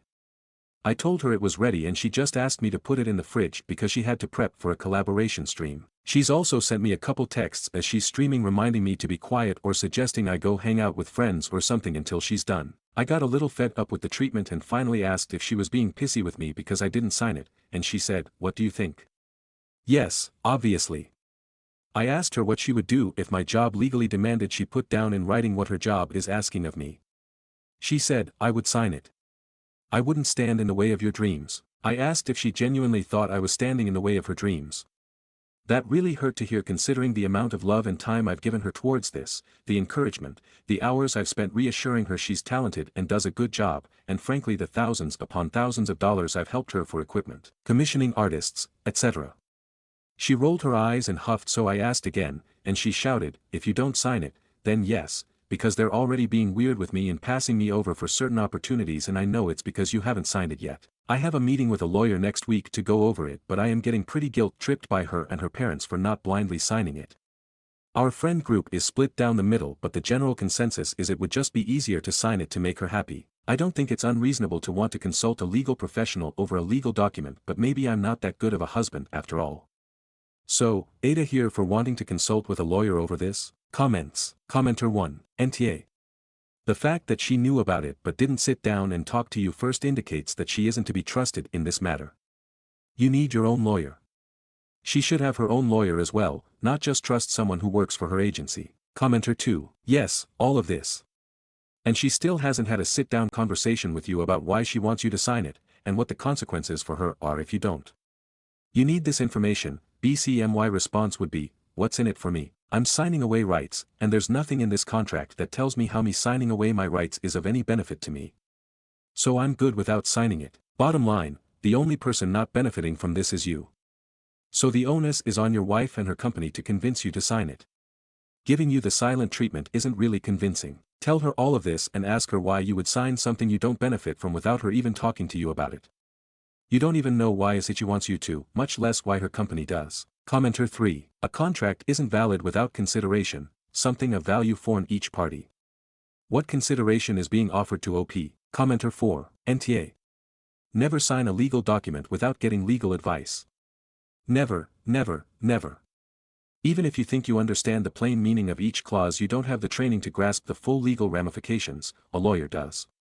This is a lifetime commitment. It contains clauses relating to how you can act even after a divorce. I'm concerned that your wife didn't raise this with you in advance. I think you're looking at her with rose-colored spectacles, which is understandable.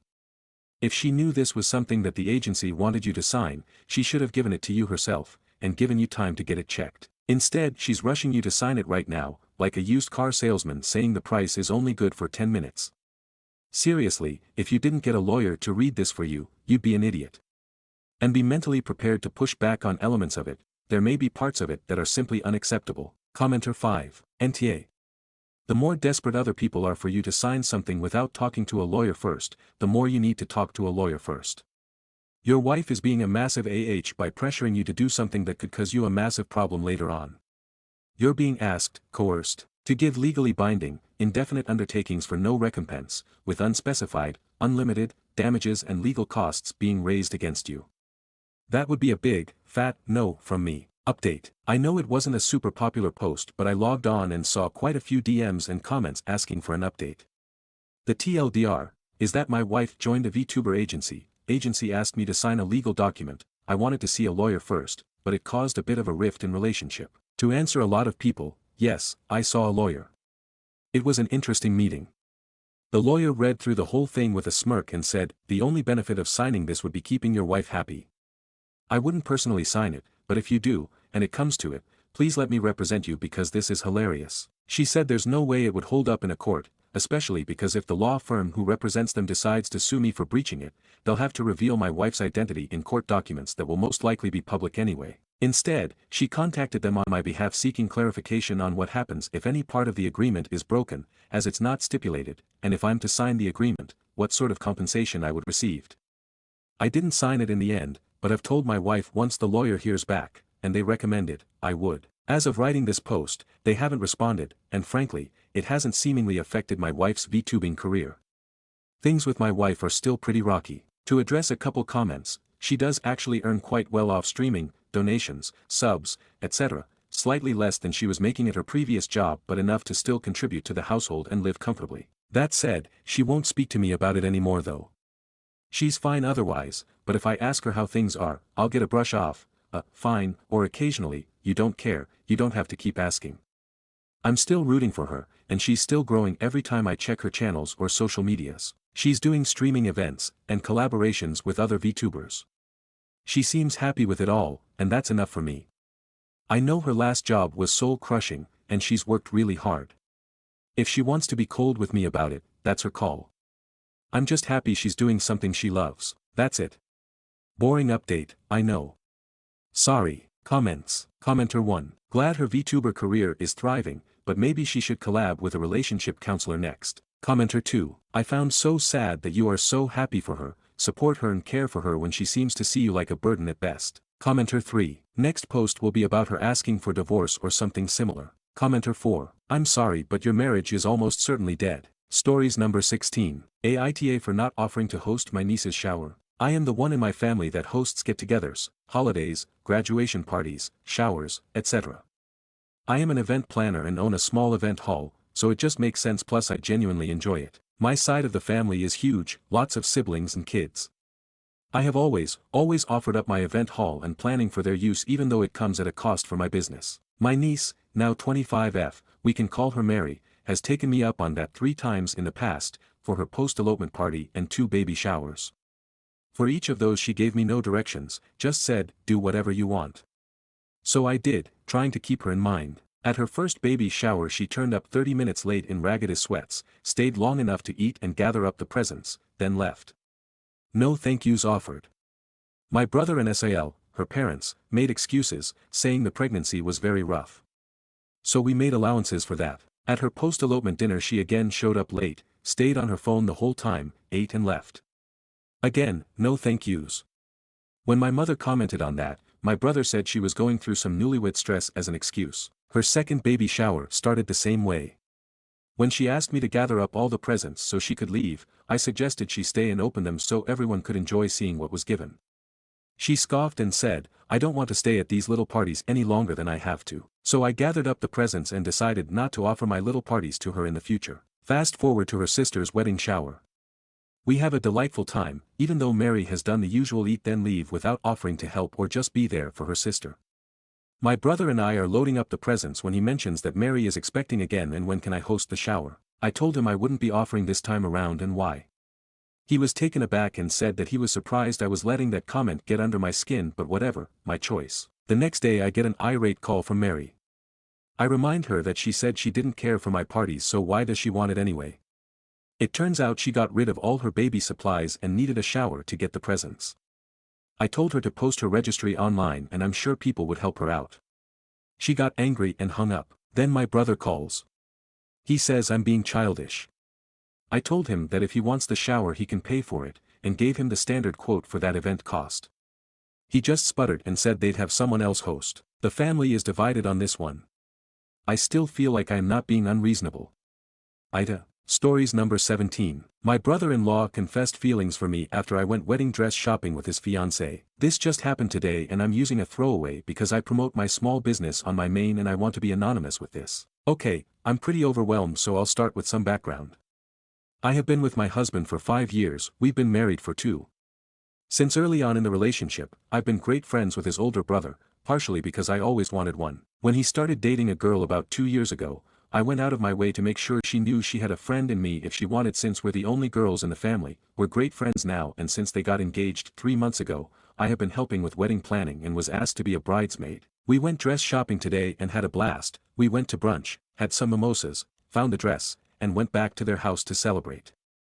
I ended up alone in the kitchen with my brother-in-law a bit after being there and he said he just had to tell me something before it kept eating at him. I was a little buzzed and confused but was not at all expecting him to say what he did. I think I've had feelings for you for a few years and I've never been able to tell you and just needed to know if you ever felt the same. I completely froze and just shook my head. I told him that no, I have never thought about him in any way other than a friend and a brother and I never would. Before he said anything else I bolted back to his fiancée and the other girls there and very discreetly told her I got my period and wasn't feeling well and would have someone come get me and then come by soon for more wedding planning. She thought nothing of it and I called my best friend to come get me. She dropped me off at home. My husband is working right now and there is no question that I am going to tell him as soon as he gets home. But I just have no idea where to go from there. Do I tell his fiancée? Do I make him tell her? Do I leave it? Do I have my husband talk to him? Has anyone ever had something like this happen or have any advice? Anything is appreciated. Update. Thanks to everyone who helped calm my panicked mind after my original post. I didn't want to tell me husband, we need to talk, while he was still at work and make him panic so having some reassurance from here was really helpful. I also noticed a lot of people asking for an update, so here is one that even I was shocked by as I lived it. It's not exactly the earth-shattering blow-up most people thought it would be. My husband came home and he immediately knew I had something on my mind. I explained the whole thing and he was livid at his brother. Thankfully he gave me a hug and I broke down crying from the stress. He assured me I did everything right and it wasn't my fault. After that, he went to call his brother and tell him that he knew what happened and wanted to talk to him one-on-one. Well, it turns out that his brother and fiancé were already on their way to our house to talk about it. As soon as the other girls left, not long after me, my BL confessed everything to her. First she slapped him, deserved. But after they talked and he promised her that his feelings for her were genuine, she said that he needed to apologize to me and his brother and then they could go from there. So they came over and he and my husband went and talked, while I talked with his fiancée. We both cried and talked for about an hour. I promised her I never had any feelings for him and had no idea he ever had any for me. Apparently she had caught him gazing at me on a family vacation once and thought maybe he had some attraction to me, so while this sucked, she felt some relief that she wasn't crazy for thinking it. He admitted she was right and thinks his feelings at one point were out of jealousy that his younger brother was further in life than him, and he attributed that to me in a way. This was new to him as the older brother and they really hadn't compared each other much growing up just because they had vastly different paths, it was little apples to oranges. But now there was some perceived competition on a similar playing field. The feelings had faded but when she came home saying she found a dress he felt an urge to come clean and he wished he had said it differently or worked through it with some help before to actually understand what the feelings were before making this whole mess. I don't know about all that, but I guess I could understand it with a more clear head. I mean, if the Oedipus complex can be a thing then I can see him having some complex feelings that manifested as attraction, but didn't affect his love for his fiancée. This all happened in one night and he was visibly distressed over it, so I'd find it hard to believe he could weave a whole story like that, so I'm inclined to believe him. Once my husband and his brother came back to the living room, my BL looked like a puppy who just got in trouble. Also looked a little roughed up but I didn't question it. We all talked, and he apologized to me for putting me in this position. Where it landed, their wedding is on hold privately while they figure out next steps. Thankfully there was nothing booked and no dates sent out. We had gone wedding dress shopping just to get an idea and it was just luck that she fell in love with a dress.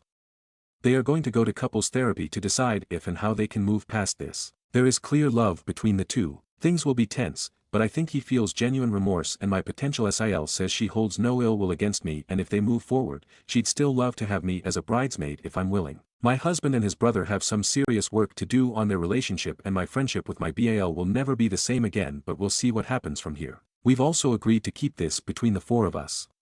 But they will be honest that they're doing some premarital counseling before setting dates or full-on planning. I saw a lot of comments telling me to keep my mouth shut and no harm was done. While I guess I can see your point, I just couldn't imagine keeping something like this from my husband. Especially if it came out later, and he found out I withheld it. Trust is huge in our partnership, and even just omission feels like a betrayal of that. Sure, I knew this could blow up if I let it out, but it would be my BL's fault, not mine. He had all control over telling me what he did. Thanks to everyone who helped me through that scary processing time alone. Relevant comments. Commenters. I'd love to know the subtle things that you did to him all these years. You never at all flirted with him in any way. Bro's feelings and confidence to shoot his shot came from somewhere. Reply. It wasn't like it was a smooth talking question, he stumbled through it. And no, I never flirted with him. I teased him, in the same way his entire family does. They're that kind of family, and after about a year, I joined in. The only thing I did that the rest of the family didn't was drunk with him more, basically just because we're the only two that like to do shots and we have the same liquor preference. I would never dream of flirting with my partner's boyfriend, at any point in the relationship. Update 2. I wanted to address a couple common responses I've been seeing here and give another next day update. To everyone telling me to not tell anyone, or give him a mulligan, that was never an option to me. My husband and I are a team and we don't keep secrets, only surprises. It's something we agreed on before getting married. If I didn't tell him and it came out later, it's as good as me lying to his face. I did nothing wrong and I know my husband would stand by me, so that just wasn't an option I was willing to consider. To all the claims that I'd be blowing up multiple families, I'm not the one who confessed feelings. He opened this can of worms and it's not my responsibility to keep this secret. If this does blow up his relationship or his family, that's all on him. Not me. There were a lot of other common themes in here, but those two were very prevalent and I wanted to dispel them. So for this small update, my husband actually called his brother today and asked if he wanted to go to one of their favorite bars to watch the game together today, something pretty common for them or all four of us to do. Before all this, my BL was shocked, but agreed. Shortly after, his fiancée called me and asked if she could come over while they were gone. She was honest and said it might be awkward, but we would do this a lot and either do some DIY together, get a puzzle out, or watch movies together. She wanted to see if I'd be open to keeping this up as long as we were both comfortable with it while they worked their things out so our relationship doesn't deteriorate. It meant the world to me and I said of course. All four of us agreed that they, BIL and fiancé, would start seeing a couples therapist ASAP, and my BL would see one on his own.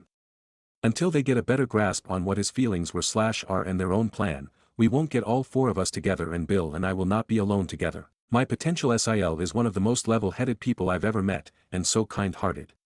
My BL used to have a lot of walls up that she broke down pretty naturally and this is so out of character for him. His proposal to her was so well planned and thoughtful and tailored to her down to the smallest detail. He picked her a new outfit, had the perfect ring, even the blanket at the setting was her favorite color, a detail he did intentionally, and he had even arranged to have her parents there who live hours away. It's clear that he loves her. And I truly don't think that even if I did say yes, he would not leave her to be with me, not that it would have been an option. I truly see a road forward for them and all of us. We're all committed to finding the best outcome for everyone involved. My marriage is solid, and we have our marriage maintenance couples therapy appointment coming up soon anyway, so we'll check in with an outside opinion, but I'm not worried. They are going to consult with a therapist at the same practice in just a couple days. It obviously won't be a quick and smooth fix, as this was fucked up, but I'm much more optimistic than many comments here and wanted to share. Relevant comments. Commenters 1. Future Sil is pathetic for staying with that man. All I'm gonna say. Reply. I don't think it's pathetic to give something, even a fucked up situation, a little extra time to decide on going forward. The way she is looking at it is that she can leave and nobody would blame her, and she wouldn't blame herself. But she loves him and for herself she wants to take a beat to more deeply understand the situation before she makes a decision to stay or leave. She was planning a future for him and if she just leaves immediately she will have a lot of inner turmoil to work through and what ifs. If she takes a few therapy sessions and decides to leave, she would feel more confident in her decision. That's her choice to make. You may think it's pathetic but it's what she decided was best for her. Commenters 2. This story is kind of anticlimactic. Couldn't you add in a tiger or a sword fight? Reply. Here's a little more of a climax. Turns out she had like a physical attraction/little crush on a coworker at one point like 8 months into their relationship. Which is why she had a little more sympathy and was willing to try to work on it. She said it can happen and not change that she loves him. Maybe the coworker was like a spy or something to add some drama. Kidding, but there was that slight development. Stories number 18. I used the candy my grandfather sent me on deployment to make kids clear rooms for IEDs. Man, looking back it feels shameful but unfortunately it was a survival thing. So my grenade pops would send me candy in care packages on deployment. I used to load up a cargo pocket, and while on patrols, there are always kids around, I would throw handfuls of candy into uncleared rooms and down alleyways. I figured if there was something and they knew, they would refuse, if there was nothing they would go, and if they didn't know, better them than me. It's brutal. I don't think about it much, but it sits down deep in there. Especially, I'm a father now. Thankfully I never caused a kid to get blown up, but the fact I was so ready to sacrifice children unsettles me. Stories number 19. My friend would scam men for abortion money. But it wasn't true. One of my old friends got pregnant, had an abortion, and saved her pregnancy pee in her freezer. For months after, she would lie to guys she was sleeping with that she was pregnant. She would get the money for an abortion, and stop speaking to them after. She did this to at least 7 different men. I always felt horrible and tried to reason with her, but she didn't see the wrong in it. One time, the guy was not okay with an abortion and tried to fight her on it. The rest have always been pretty willing to pay for an abortion immediately. We have stopped being friends for obvious reasons. Stories number 20. Aita for leaving a family dinner early because my MIL told people I was raped. TW mention of sexual assault. I've never used Reddit before. My situation happened a couple days ago and I saw a TikTok on people reading from it and saw the comments and how they give advice, so I thought I'd try it out. Bear with me with knowing all the terminology. I'm 26 and my hubby is 27, we've been together since we were 16-17. Early on I loved his mother, she was the sweetest woman ever. She welcomed me in with open arms and always made good company. Of course, like everyone, she had her moments, like getting a little too mad at cashier not understanding her needs, or making a joke that made people a little uncomfortable. But everyone always brushed it off because she's just an amazing person. At the age of 23 to 24, me and my husband got engaged, and I don't know how to explain it, but it's like his mother's persona just flipped, like there was a switch on the back of her head. When we told her we were engaged, she got pale and looked like we had told her someone had died. Hubby got weirded out like this and called her out on it. She just said she had to go and we didn't hear from her for about 3 weeks. We had lunch together often as family means a lot to me and my husband, so when we got stood up for our lunch date we worried. Maybe my husband came off a little harsh, so we went to check on her. Hubby's dad let us in, but had to talk to us first. He had began to tell us that she was shaken up by the proposal, saying it wasn't how things were meant to be. Hearing this, my husband got mad at his mother, implying that she had always thought of their relationship as temporary. He went to their room with me and his father following behind. We had found her coddled up with baby pictures of him crying. This was really disturbing for me and I excused myself. I was extremely confused and hurt that my soon-to-be mother-in-law thought of our relationship like that. My father-in-law consoled me and said, for whatever it's worth, I believe there is a little string bonding you and my son together, don't listen to her. This stuck with me and made me cry, I still remember it to this day. My MIL proceeded to text me that I had taken away her baby boy, that no one could replace the love they share. Yes, I know a mother's love isn't replaceable, but, in my opinion, a mother and wife should not be in the same category to compete with each other. The love they show is completely different, and the love that's given to them is completely different too.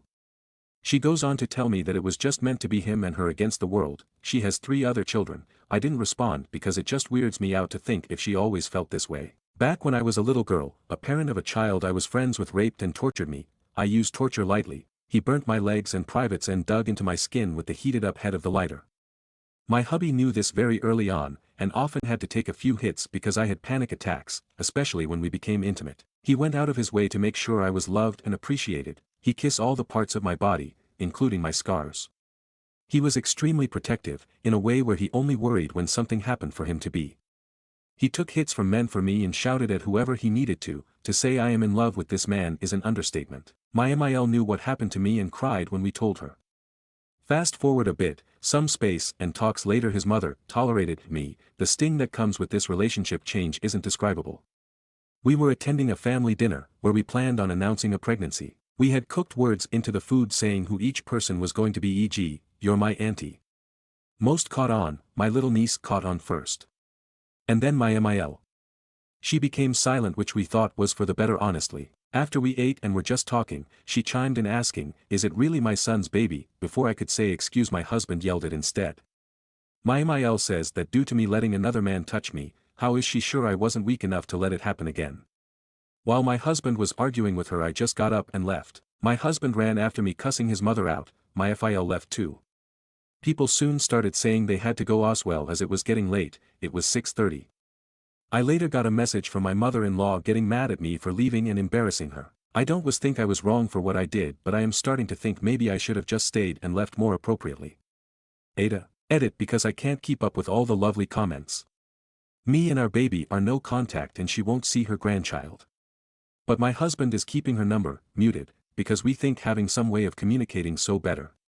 I would never leave my husband if he does try to communicate, he's been with me through a world of hurt. This is a world of hurt for him, I'd never leave him.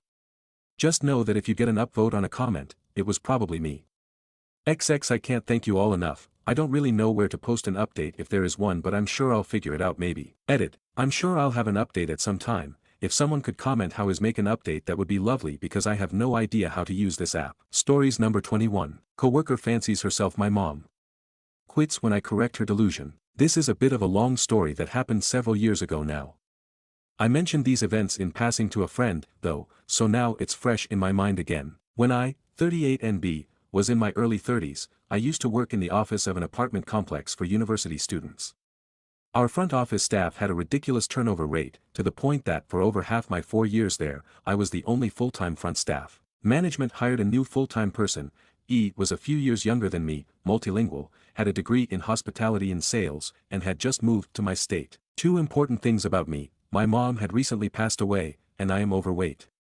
Part of my job involved lots of lifting and carrying heavy packages up the long, steep hill our complex was situated over, so I'm fairly muscular and rather fit under my extra fluff, which I'm very proud of. By contrast, my mom never got above 110 pounds in her whole life.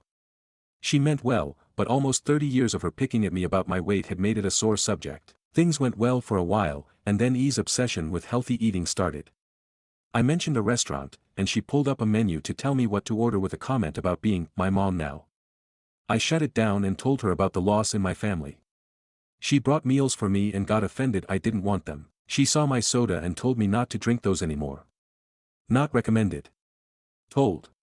I had a snack, and she opened a bag of trail mix and crossed to my desk with it. I saw what was about to happen in slow motion. I flung both hands over my snack to shield my food, and she appended the entire bag onto my plate. I don't like nuts, so I had to throw the whole thing away. I told her several times to stop. She apologized but didn't change the behavior. I involved management, and they said she was just being friendly. This went on for at least 6 months, then came the final straw. I don't remember what brought it up, but she was talking to a resident, glanced across at me, and chirped, "I'm teaching her to be healthy, ignore the misgendering," which I also talked to her about repeatedly. I'm non-binary and use they/them, I'm like her mom. I saw red. Usually, I would have waited for the resident to leave and addressed her patiently in private again. This time, I couldn't. It was one pick too many, not least of all because she didn't even address the comment to me but about me to one of our residents. I snapped. I pushed out of my desk and said something to the effect of, "I had a mom, she's dead, and you're not her. Stop trying to act like it." The entire climate of the office changed. He stopped talking to me and eventually quit, which I still feel bad about, but only a little. Management froze me out for making the workplace hostile. I quit not long after and am much happier where I am. Stories number 22. My best friend is giving birth and I'm not excited. My best friend of 20 years is giving birth today, and we've been each other's supports through so many relationships and life changes. But now she's prioritizing her new husband and baby and it's clear we're going down different paths. The hardest part is my mom's cancer is back and she has stage 4 aggressive ovarian cancer. I'm taking care of her, seeing her deteriorating at the same time supposed to celebrate the birth of this baby. I don't have my friend to lean on right now and I feel so alone. I ended my relationship because the guy said, "Well, everyone's parent dies." He didn't understand, not even looking for advice, just a place to vent into the void. How to be happy when I'm not. I'm so scared of losing my mom and I've dealt with so much grief lately. Stories number 23. Aita for wanting to call off my wedding after my fiancé killed my plants. I have been away visiting my parents in a different city and I have 2 plants back home which are water propagated, so basically he didn't even have to water them, just keep their containers filled, and he still let the water dry out and my plants died. I'm genuinely so upset that I want to call off the wedding and he thinks that it's not a big deal and that I'm overreacting over nothing. This isn't the first time he's done this and I forgave him last time because it was his first time taking care of a demanding plant, but now he's been seeing me grow these plants for the past 2 years yet he still didn't care to keep the containers filled. Sad face. Stories number 24. My sister got pregnant and now my parents want me to stay with my grandparents in a different state. I don't want to Aita. My sister is 17 and he recently found she was pregnant. My parents plan on helping her raise the baby but we have limited space. My grandparents who are nice but also very old and live in a different state suggested I stay with them, that way my sister's baby can have a separate room or whatever. Our parents plan to help raise the baby so my sister can finish school and go to university. Academically she is fairly smart, but outside of that, yeah. I start HS next year, so my parents and grandparents think it would be an easier transition for me.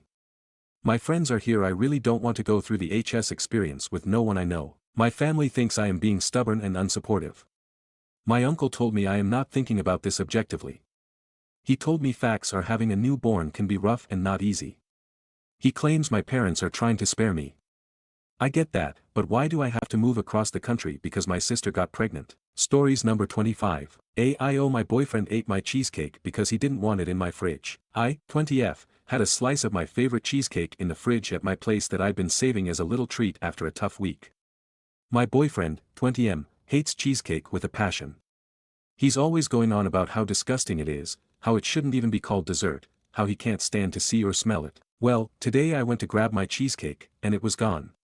When I asked him if he ate it, he admitted he did.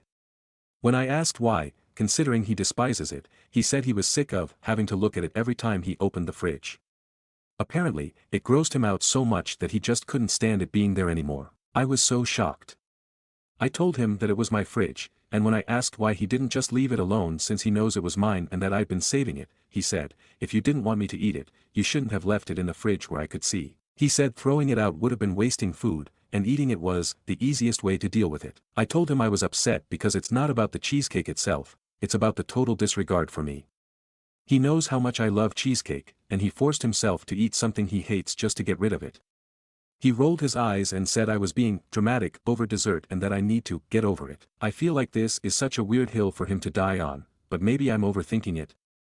Am I making a big deal out of nothing? Would love to know what others think. Stories number 26. Aita for simply telling my grandma and aunt that I will not be willing to help if my mother has another baby. I'm 15F and I'm absolutely tired of being the third parent of my siblings. I have 5 siblings and only one is older than me and he doesn't live here. I have 4 younger ones and 3 are still in elementary school, 8, 6, 5, they were all born when I was in elementary school. Guess how embarrassing that was. My mom swears up and down her life that she made it to all my events at school, which is a lie. I'm in 10th grade now and my brother, 6, was talking to my grandma and aunt about how he wants my mom to have a baby and he wants it to be a boy and how I could be taking care of it. I said no I'm not and my grandma said, it would be helpful to your mom and dad if you did. In my brain, I don't give a damn. Mini backstory, when I was 10 my little sister was born. In 2019 is when I turned into the third parent. My mom took us to our dad's mom's house often and when my little sister was like 4 to 5 months old she started coming along. She hated my grandma so she was always stuck on me, since I'm the oldest. I made the bottles, I changed diapers, I did bath time, I did nap time, I did night shift, I did playtime. It was a struggle having to do bottles every other 2 hours and feed. It was a struggle having to change diapers that smelt like it vomited in a room full of dead people. It was a struggle having to deal with an infant who hated bath time and refused to come out. It was a struggle having to get her to nap without contact. It was a huge struggle and painfully difficult having to wake up every 2 hours to a crying baby because she was gassy, hungry, needed a fresh diaper, or wanted to be held, pretty much anything. While my other siblings and my cousin was up and around playing and watching TV. I was stuck having to feed a baby and rock her to sleep and it was so difficult especially for a 10-year-old. She would be on me like glue, no kidding. She would cry non-stop if she wasn't laying on me or I wasn't holding her. It was a tragic experience having a baby in your arms while you use the toilet. Father I was constantly tired as a 10-year-old. My mom would say, you're a big sister. The baby's like you. And I'm like, nah woman. You keep your damn legs close until I see fit. So, PPL of Reddit. Aita for saying I'm not willing to help with another child if my mom decides to have another one. Honest answers only. Edit. First, thank you for reading and commenting. Second, I am homeschooled and I am not allowed to go anywhere without a parental consent and supervision. Third, I do not get paid to babysit. Fourth, I am not reporting to CPS. Fifth, some people say, just go to the library. It's not that simple. My parents won't let me leave the house alone. Due to safety concerns. If I go to the library then my siblings will want to go. My parents will let them. 6th, my mom didn't make me do the night shift with her, it was my dad's stepmom and we went to her house very often so I would have the responsibility on me. 7th, it's not that easy to just say, no, because I will get a whooping with the belt due to a scripture in the Bible. Also, saying, your problem not mine, is called disrespectful and I will be in major trouble for saying that. Stories number 27. Aita for still holding resentment towards my wife and avoiding her family by making excuses and not going to family gatherings after her sister depants me at a pool party. So backstory, before this all happened my wife let it slip to one of her sisters that I have a piercing down there and that I am uncircumcised, and it got back to the rest of her 6 sisters. I was a little weirded out and kind of offset when she told me that they know, and it got out to everyone including her parents. But brushed it off right away and didn't really care at the time, and emphasize, at the time, they had made a few comments and jokes about it but nothing really serious or worth mentioning. A few of her sisters' husbands which I'm good friends with asked to see it along with one of her other sisters and did show them, but it was on separate occasions and both times it was just my wife, her sister, and husband, and second time was just the husband of the sister who pulled down my shorts at the pool party. So on this day we were all at her older sister's house for a pool party she was having.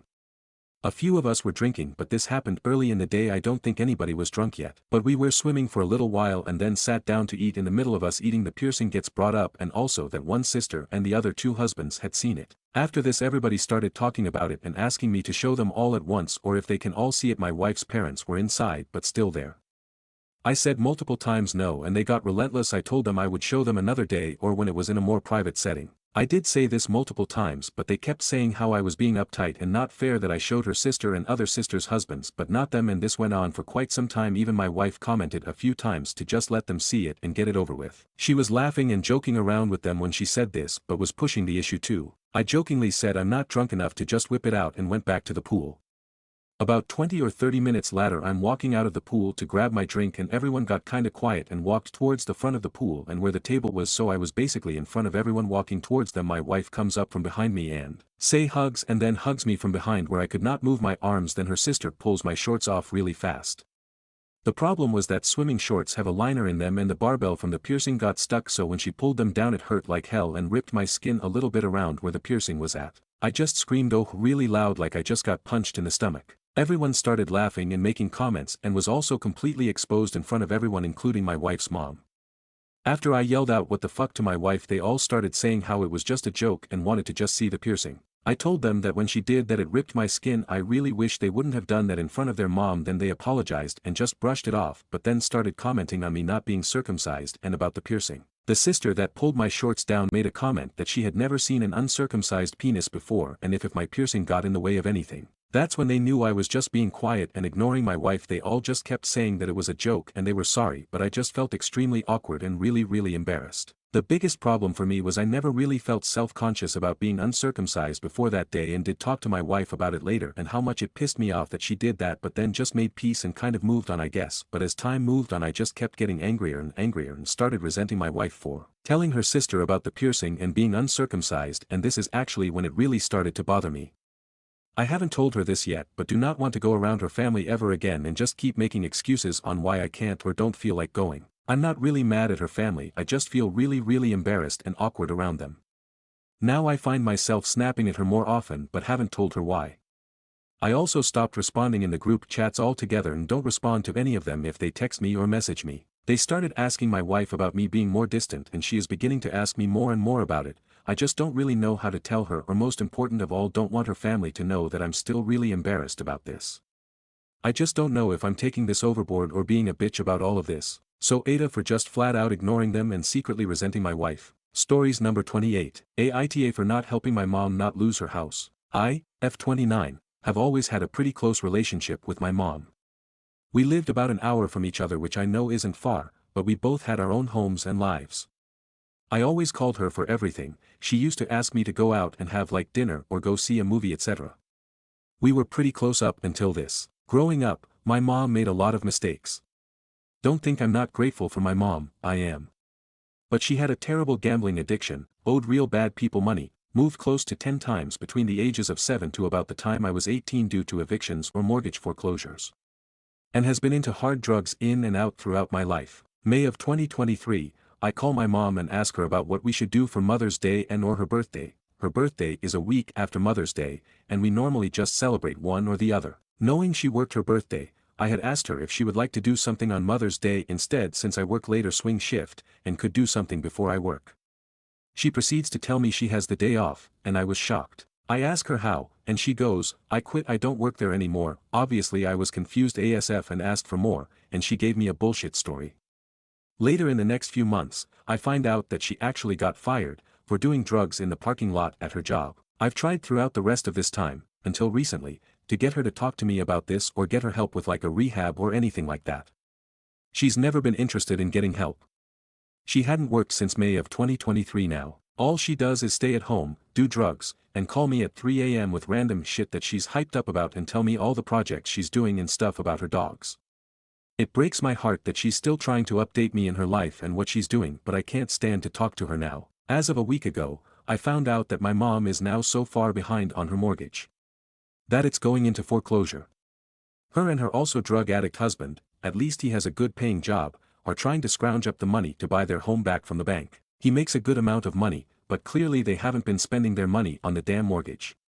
They owe $178K still on the mortgage, and need to get $6K to cover the late payments and whatever, and then they need to apply for the loan. My mom calls me and asked me if I could borrow her the money. I told her how could I trust that that money would be going to the mortgage and not her drug addiction. She tells me, what you're talking about, like she always has said throughout my life.